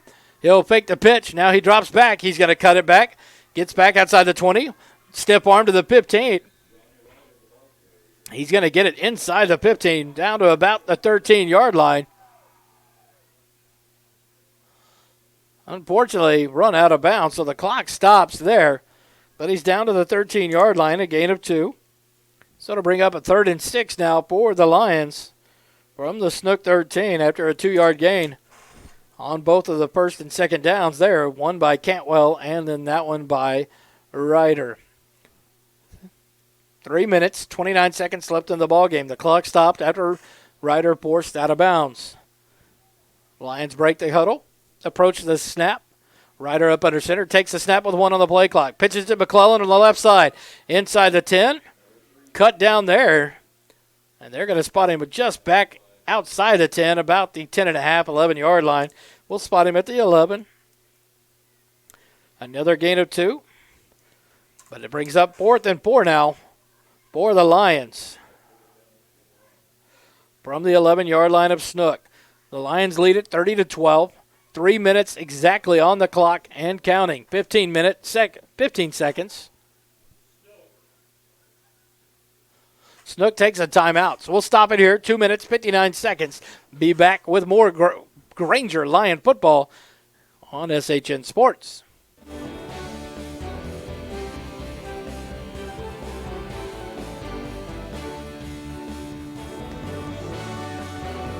Sharp Propane. The Propane Professionals. Sharp works together with home builders and developers to specialize in residential and commercial propane tank installations and propane deliveries. No guesswork, no surprises. Reliable delivery and predictable monthly billing with Sharp Complete Care program. Sharp's smart monitoring system allows us to predict your projected propane usage. Please visit Sharp Propane, the Propane Professionals, online at sharppropane.com for your next commercial or residential propane fill.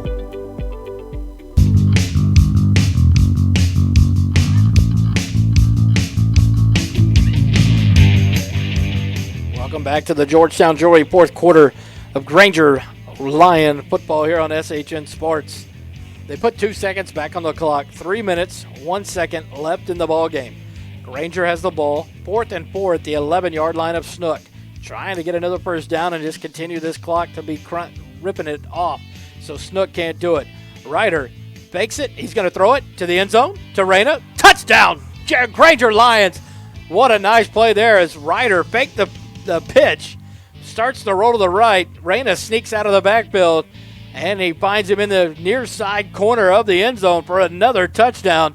Forget running the clock off. Let's put more points on the board. 36-12. The Granger Lions lead it with 2:52 left in the ball game. A great play. 11-yard passing catch from Ryder to Reyna for the touchdown. Let's see who's in for the extra point attempt. I believe it's going to be number 21 again, Carlos Garza, in to try the extra point attempt for the Lions.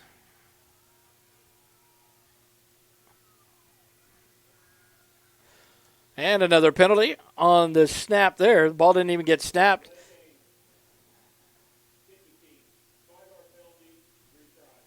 Not sure how that clock went that fast after the touchdown, but a delay of game called. But the thing is, they haven't even set the ball in the play clock. Now it finally gets reset to 25 seconds. So I'm not sure how that one happened. And get the players out on the field. So now the extra point will come from the 15-yard line. So it'll be a 25-yard extra point attempt.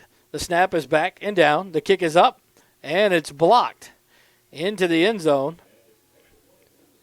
But another penalty is on the field. So we'll see what this one is here as the near side line judge throws the flag.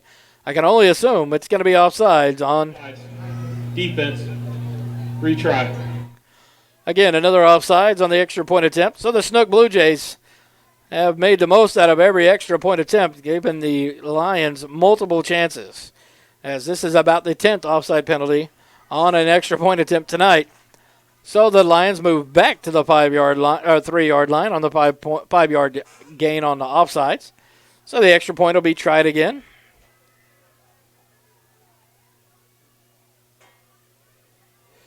So now the Lions huddle up, and it looks like now they're going to go for 2.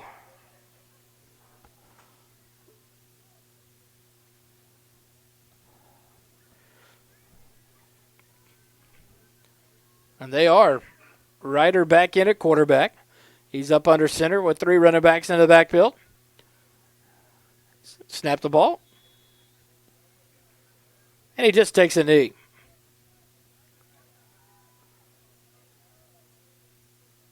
Classy move there by Coach Walt Brock. Just take a knee. Don't even try the extra point. Don't try to punch it in.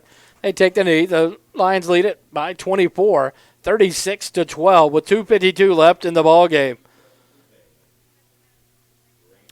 So we'll take a quick timeout. Be back with more of the ball game. The Granger Lions lead it 36-12 as the team starts to pump up the crowd. We'll listen in a little bit. Granger faithful with the cowbells in tote, making some noise for their Granger Lions. Proud of the performance they put on tonight. We'll keep it here. 36-12. The Lions lead it. 2:52 left here in the ball game. The Lions going to advance to the second round of the playoffs. Stay tuned for that. Was the SHN Sports will bring you more Granger Lion playoff football next week as soon as we find out where and when. So the Lions come out. They'll kick off from their own 40.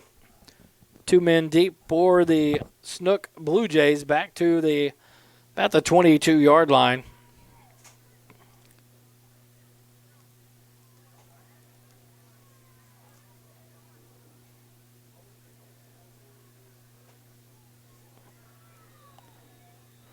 36-12, the lead. Lions taking all the time off the play clock as well. Now they've got their kicking trio out there. Fake that onside kick, fake that one, and here comes Johnny Ryder. He's going to boot it. It'll be fielded about the 23-yard line. Number 7 for the Blue Jays. He's taking his time. Now he's going to go to the outside on the far side of the field, outside the 30, and now he's stacked up and run out of bounds about the 32, 33-yard line. Deshaun Hamilton fielded it, did some nice footwork there, trying to catch some blockers as he went from the near side between the hash mark and numbers all the way to the far side. But he only got it up to about the 37, make it the 38-yard line. So Snook will take over at their own 38-yard line with 2:43 left in the ball game. 36-12, a 24-point lead for your Granger Lions here in the ball game. One receiver right, one receiver left, 2 running backs in the backfield, offset Laro, the quarterback. He drops back. He's going to pass. He throws it down the middle of the field, and it's going to be picked off. Johnny Ryder picks it off at the 35-yard line, across the 40, 45, 50, across midfield to the 40, and he runs out of bounds about the 35-yard line. Johnny Ryder having himself a ball game tonight, folks. The sophomore just doing it all. Offensive, defensive, special teams. The young man now has pretty much sold the game up for the Lions on the interception. Laro threw it down the middle of the field. It was underthrown. Ryder turns around, picks it up, and returns it all the way back to the Snook 35 with 2:31 left in the ballgame. So put a star by that. Ryder intercepting the pass of Laro. Be the second interception of the night, I believe. Maybe the first. But the first one, a couple of them close interception opportunities, but dropped by Lion defenders. Granger takes over. 2:31 left in the ball game, leading by 24. Laro back in at quarterback, or Rhodes back in at quarterback for the Lions. He'll take the snap. Neal on the ball.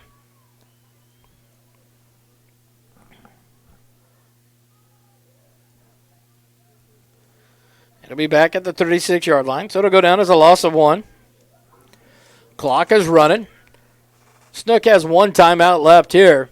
Coach Patterson not calling it.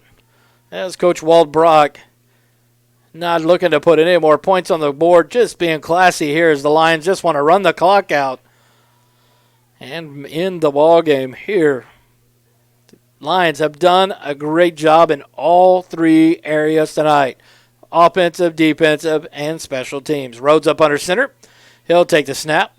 He'll put a knee down back at the 40, make it the 38-yard line. They'll spot him at the 37. They're just doing a 1-yard mark out as he kneels down. Let the clock run. The ball gets set. 30 on the play clock. 1 minute, 33 seconds on the game clock and running. Rhodes comes here to the near sideline, talking to Coach Walt Brock at the 41-yard line. Lions are going to take their time here and let the clock run. And just what a classy move here by Coach Brock. Not trying to do any more damage in this game. They've got it well in hand. As Rhodes lines up the offense at the 37-yard line of Snook. He'll go up under center with 1:09 on the clock, 2 on the play clock.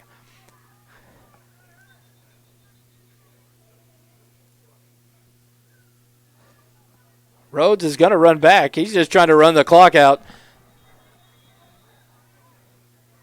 Puts a knee down. A bunch of whistles go off. I'm not sure why. He never put his knee down. Rhodes is trying to run the clock out. Get to under 40 seconds. But unsure what the officials are going to call there.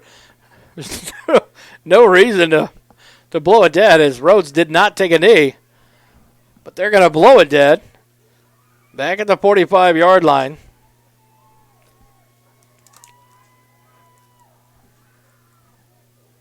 So the clock runs now. 45 seconds and running. 36 seconds. They'll have to snap it one more time. The thing is, they kneel it. The Blue Jays are going to get the ball back with about 8 seconds.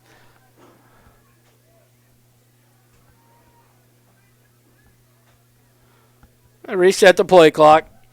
And that's it. That's going to be it.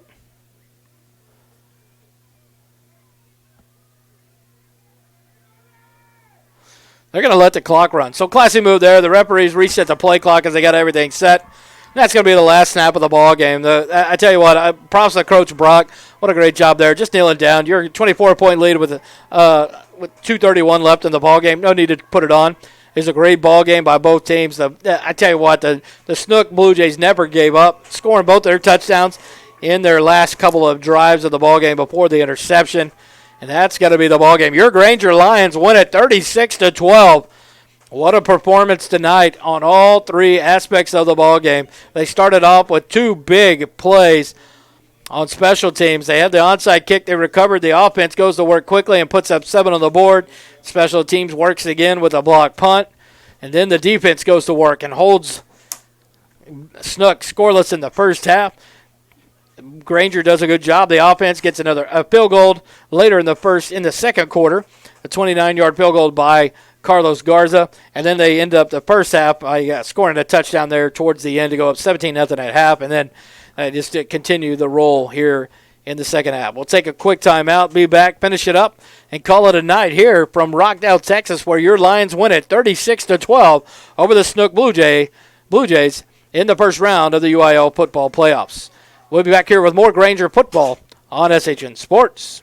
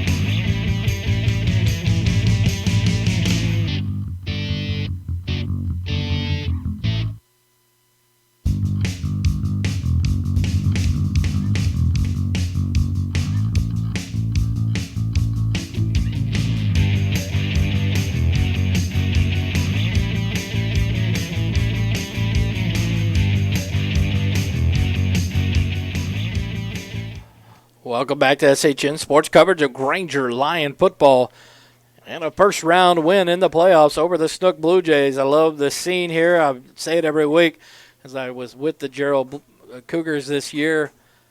Throughout the season, the teams meet at midfield, taking a knee and a prayer with the coaches and cheer teams gathered around. I just love seeing the scene after a contest, a competition where emotions get going, two teams come together. I love seeing that scene, and I'm glad I brought it back just in time to enjoy. What a great night of football. The Granger Lions, I'm so thankful for the opportunity to broadcast my first Granger football game here in the playoffs, and what a job.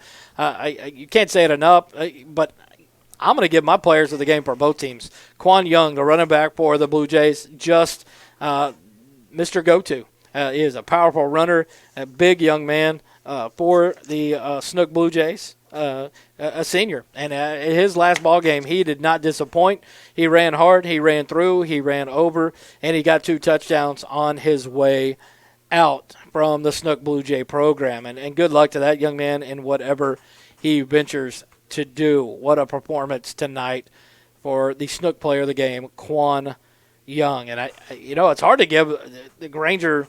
I want to give the Granger Lions the player of the game, but if I have to pick one, I have to say, man, I am thoroughly impressed by this sophomore, number 4, Johnny Ryder. The young man ran for a touchdown. The young man passed for a touchdown, threw a touchdown pass, and the young man picked off a ball. And that one was the dagger that ended the ball game here, and the Granger ran the clock out after that interception. But I tell you what, the pass catch from Rhodes to Ryder, a 17-yard pass touchdown catch by Ryder with a minute inside the fourth quarter there, the third quarter, and to end that drive at the end of the third quarter. And then he turns around and comes in and plays quarterback and on the drive, and then he throws a pass to Arena on the near side of the end zone here for the icing on the cake. The 36-12 is where the score went there. And then he made the pickoff in Granger territory, runs it back to the Snook 35 and runs out of bounds. to put a clincher on the ball game. And so Johnny Ryder, number 4, the sophomore, is my Granger Lion player of the game. Thank you for the opportunity. Thanks for listening in. We'll be back next week for more Granger Lion playoff football here on SHN Sports. And follow all the stats and updates, the UIL, as they put up the schedule here. And no matter what, the SHN Sports will bring it to you here for you to listen to. As the Granger fans and the band in with the fight song, the cheer team on the field with the players at the 50-yard line. What a sight to see as UIL playoff football is underway. I'm Wally Harmon. Thanks for the opportunity to share the game with you tonight. 36-12, the Granger Lions defeat the Snook Blue Jays here in the first round of the UIL playoffs. Join us next week for more Granger Lion playoff football on SHN Sports.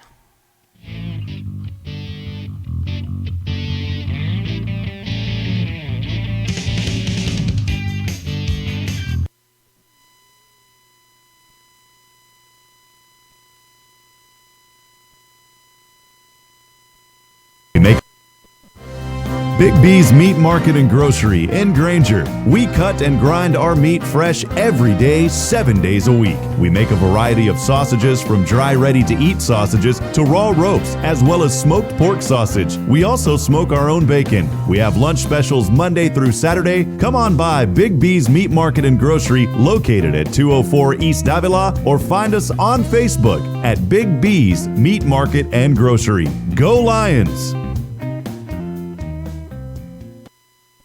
Sharp Propane, the propane professionals. Sharp works together with home builders and developers to specialize in residential and commercial propane tank installations and propane deliveries. No guesswork, no surprises. Reliable delivery and predictable monthly billing with Sharp Complete Care program. Sharp's smart monitoring system allows us to predict your projected propane usage. Please visit Sharp Propane, the propane professionals, online at sharppropane.com for your next commercial or residential propane fill.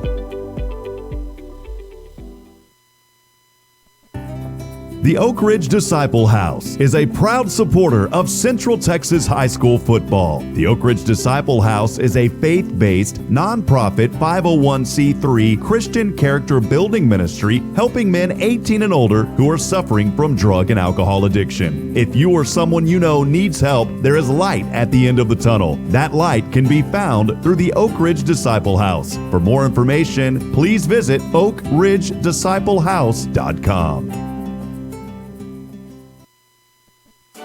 Central Texas High School football on SHN Sports is made possible by Georgetown and Austin Shirt Company. 3 words describe Georgetown and Austin Shirt Company: simple, reliable, and awesome. We support our community. From screen printing and embroidery to promotional products, Georgetown and Austin Shirt Company helps put your brand on your business. Get started on your project today by getting a quick and easy quote online at georgetownshirtcompany.com.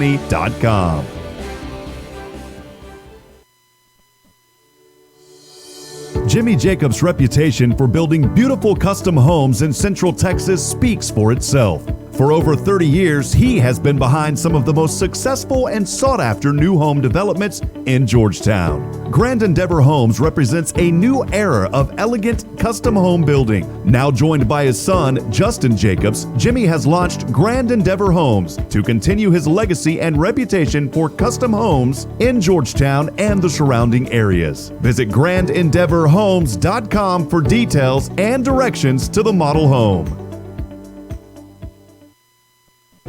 2019 high school football on SHN Sports is proudly presented by Georgetown Jewelry. Georgetown Jewelry is your trusted local jewelry store, family owned and operated since 2013. Whether you desire a one-of-a-kind custom piece or want to enjoy browsing our inventory of both unique and traditional jewelry and watches, stop by and see us at Georgetown Jewelry. We also specialize in jewelry repair and appraisals. For more information, please visit Georgetown Jewelry, located in the Williamsburg Village Shopping Center in Georgetown, or online at georgetownjewelry.com. Don't miss the UIL State Championships December 18th through the 21st at AT&T Stadium in Arlington, Texas. Tickets are available now through Ticketmaster. For more information, visit uiltexas.org.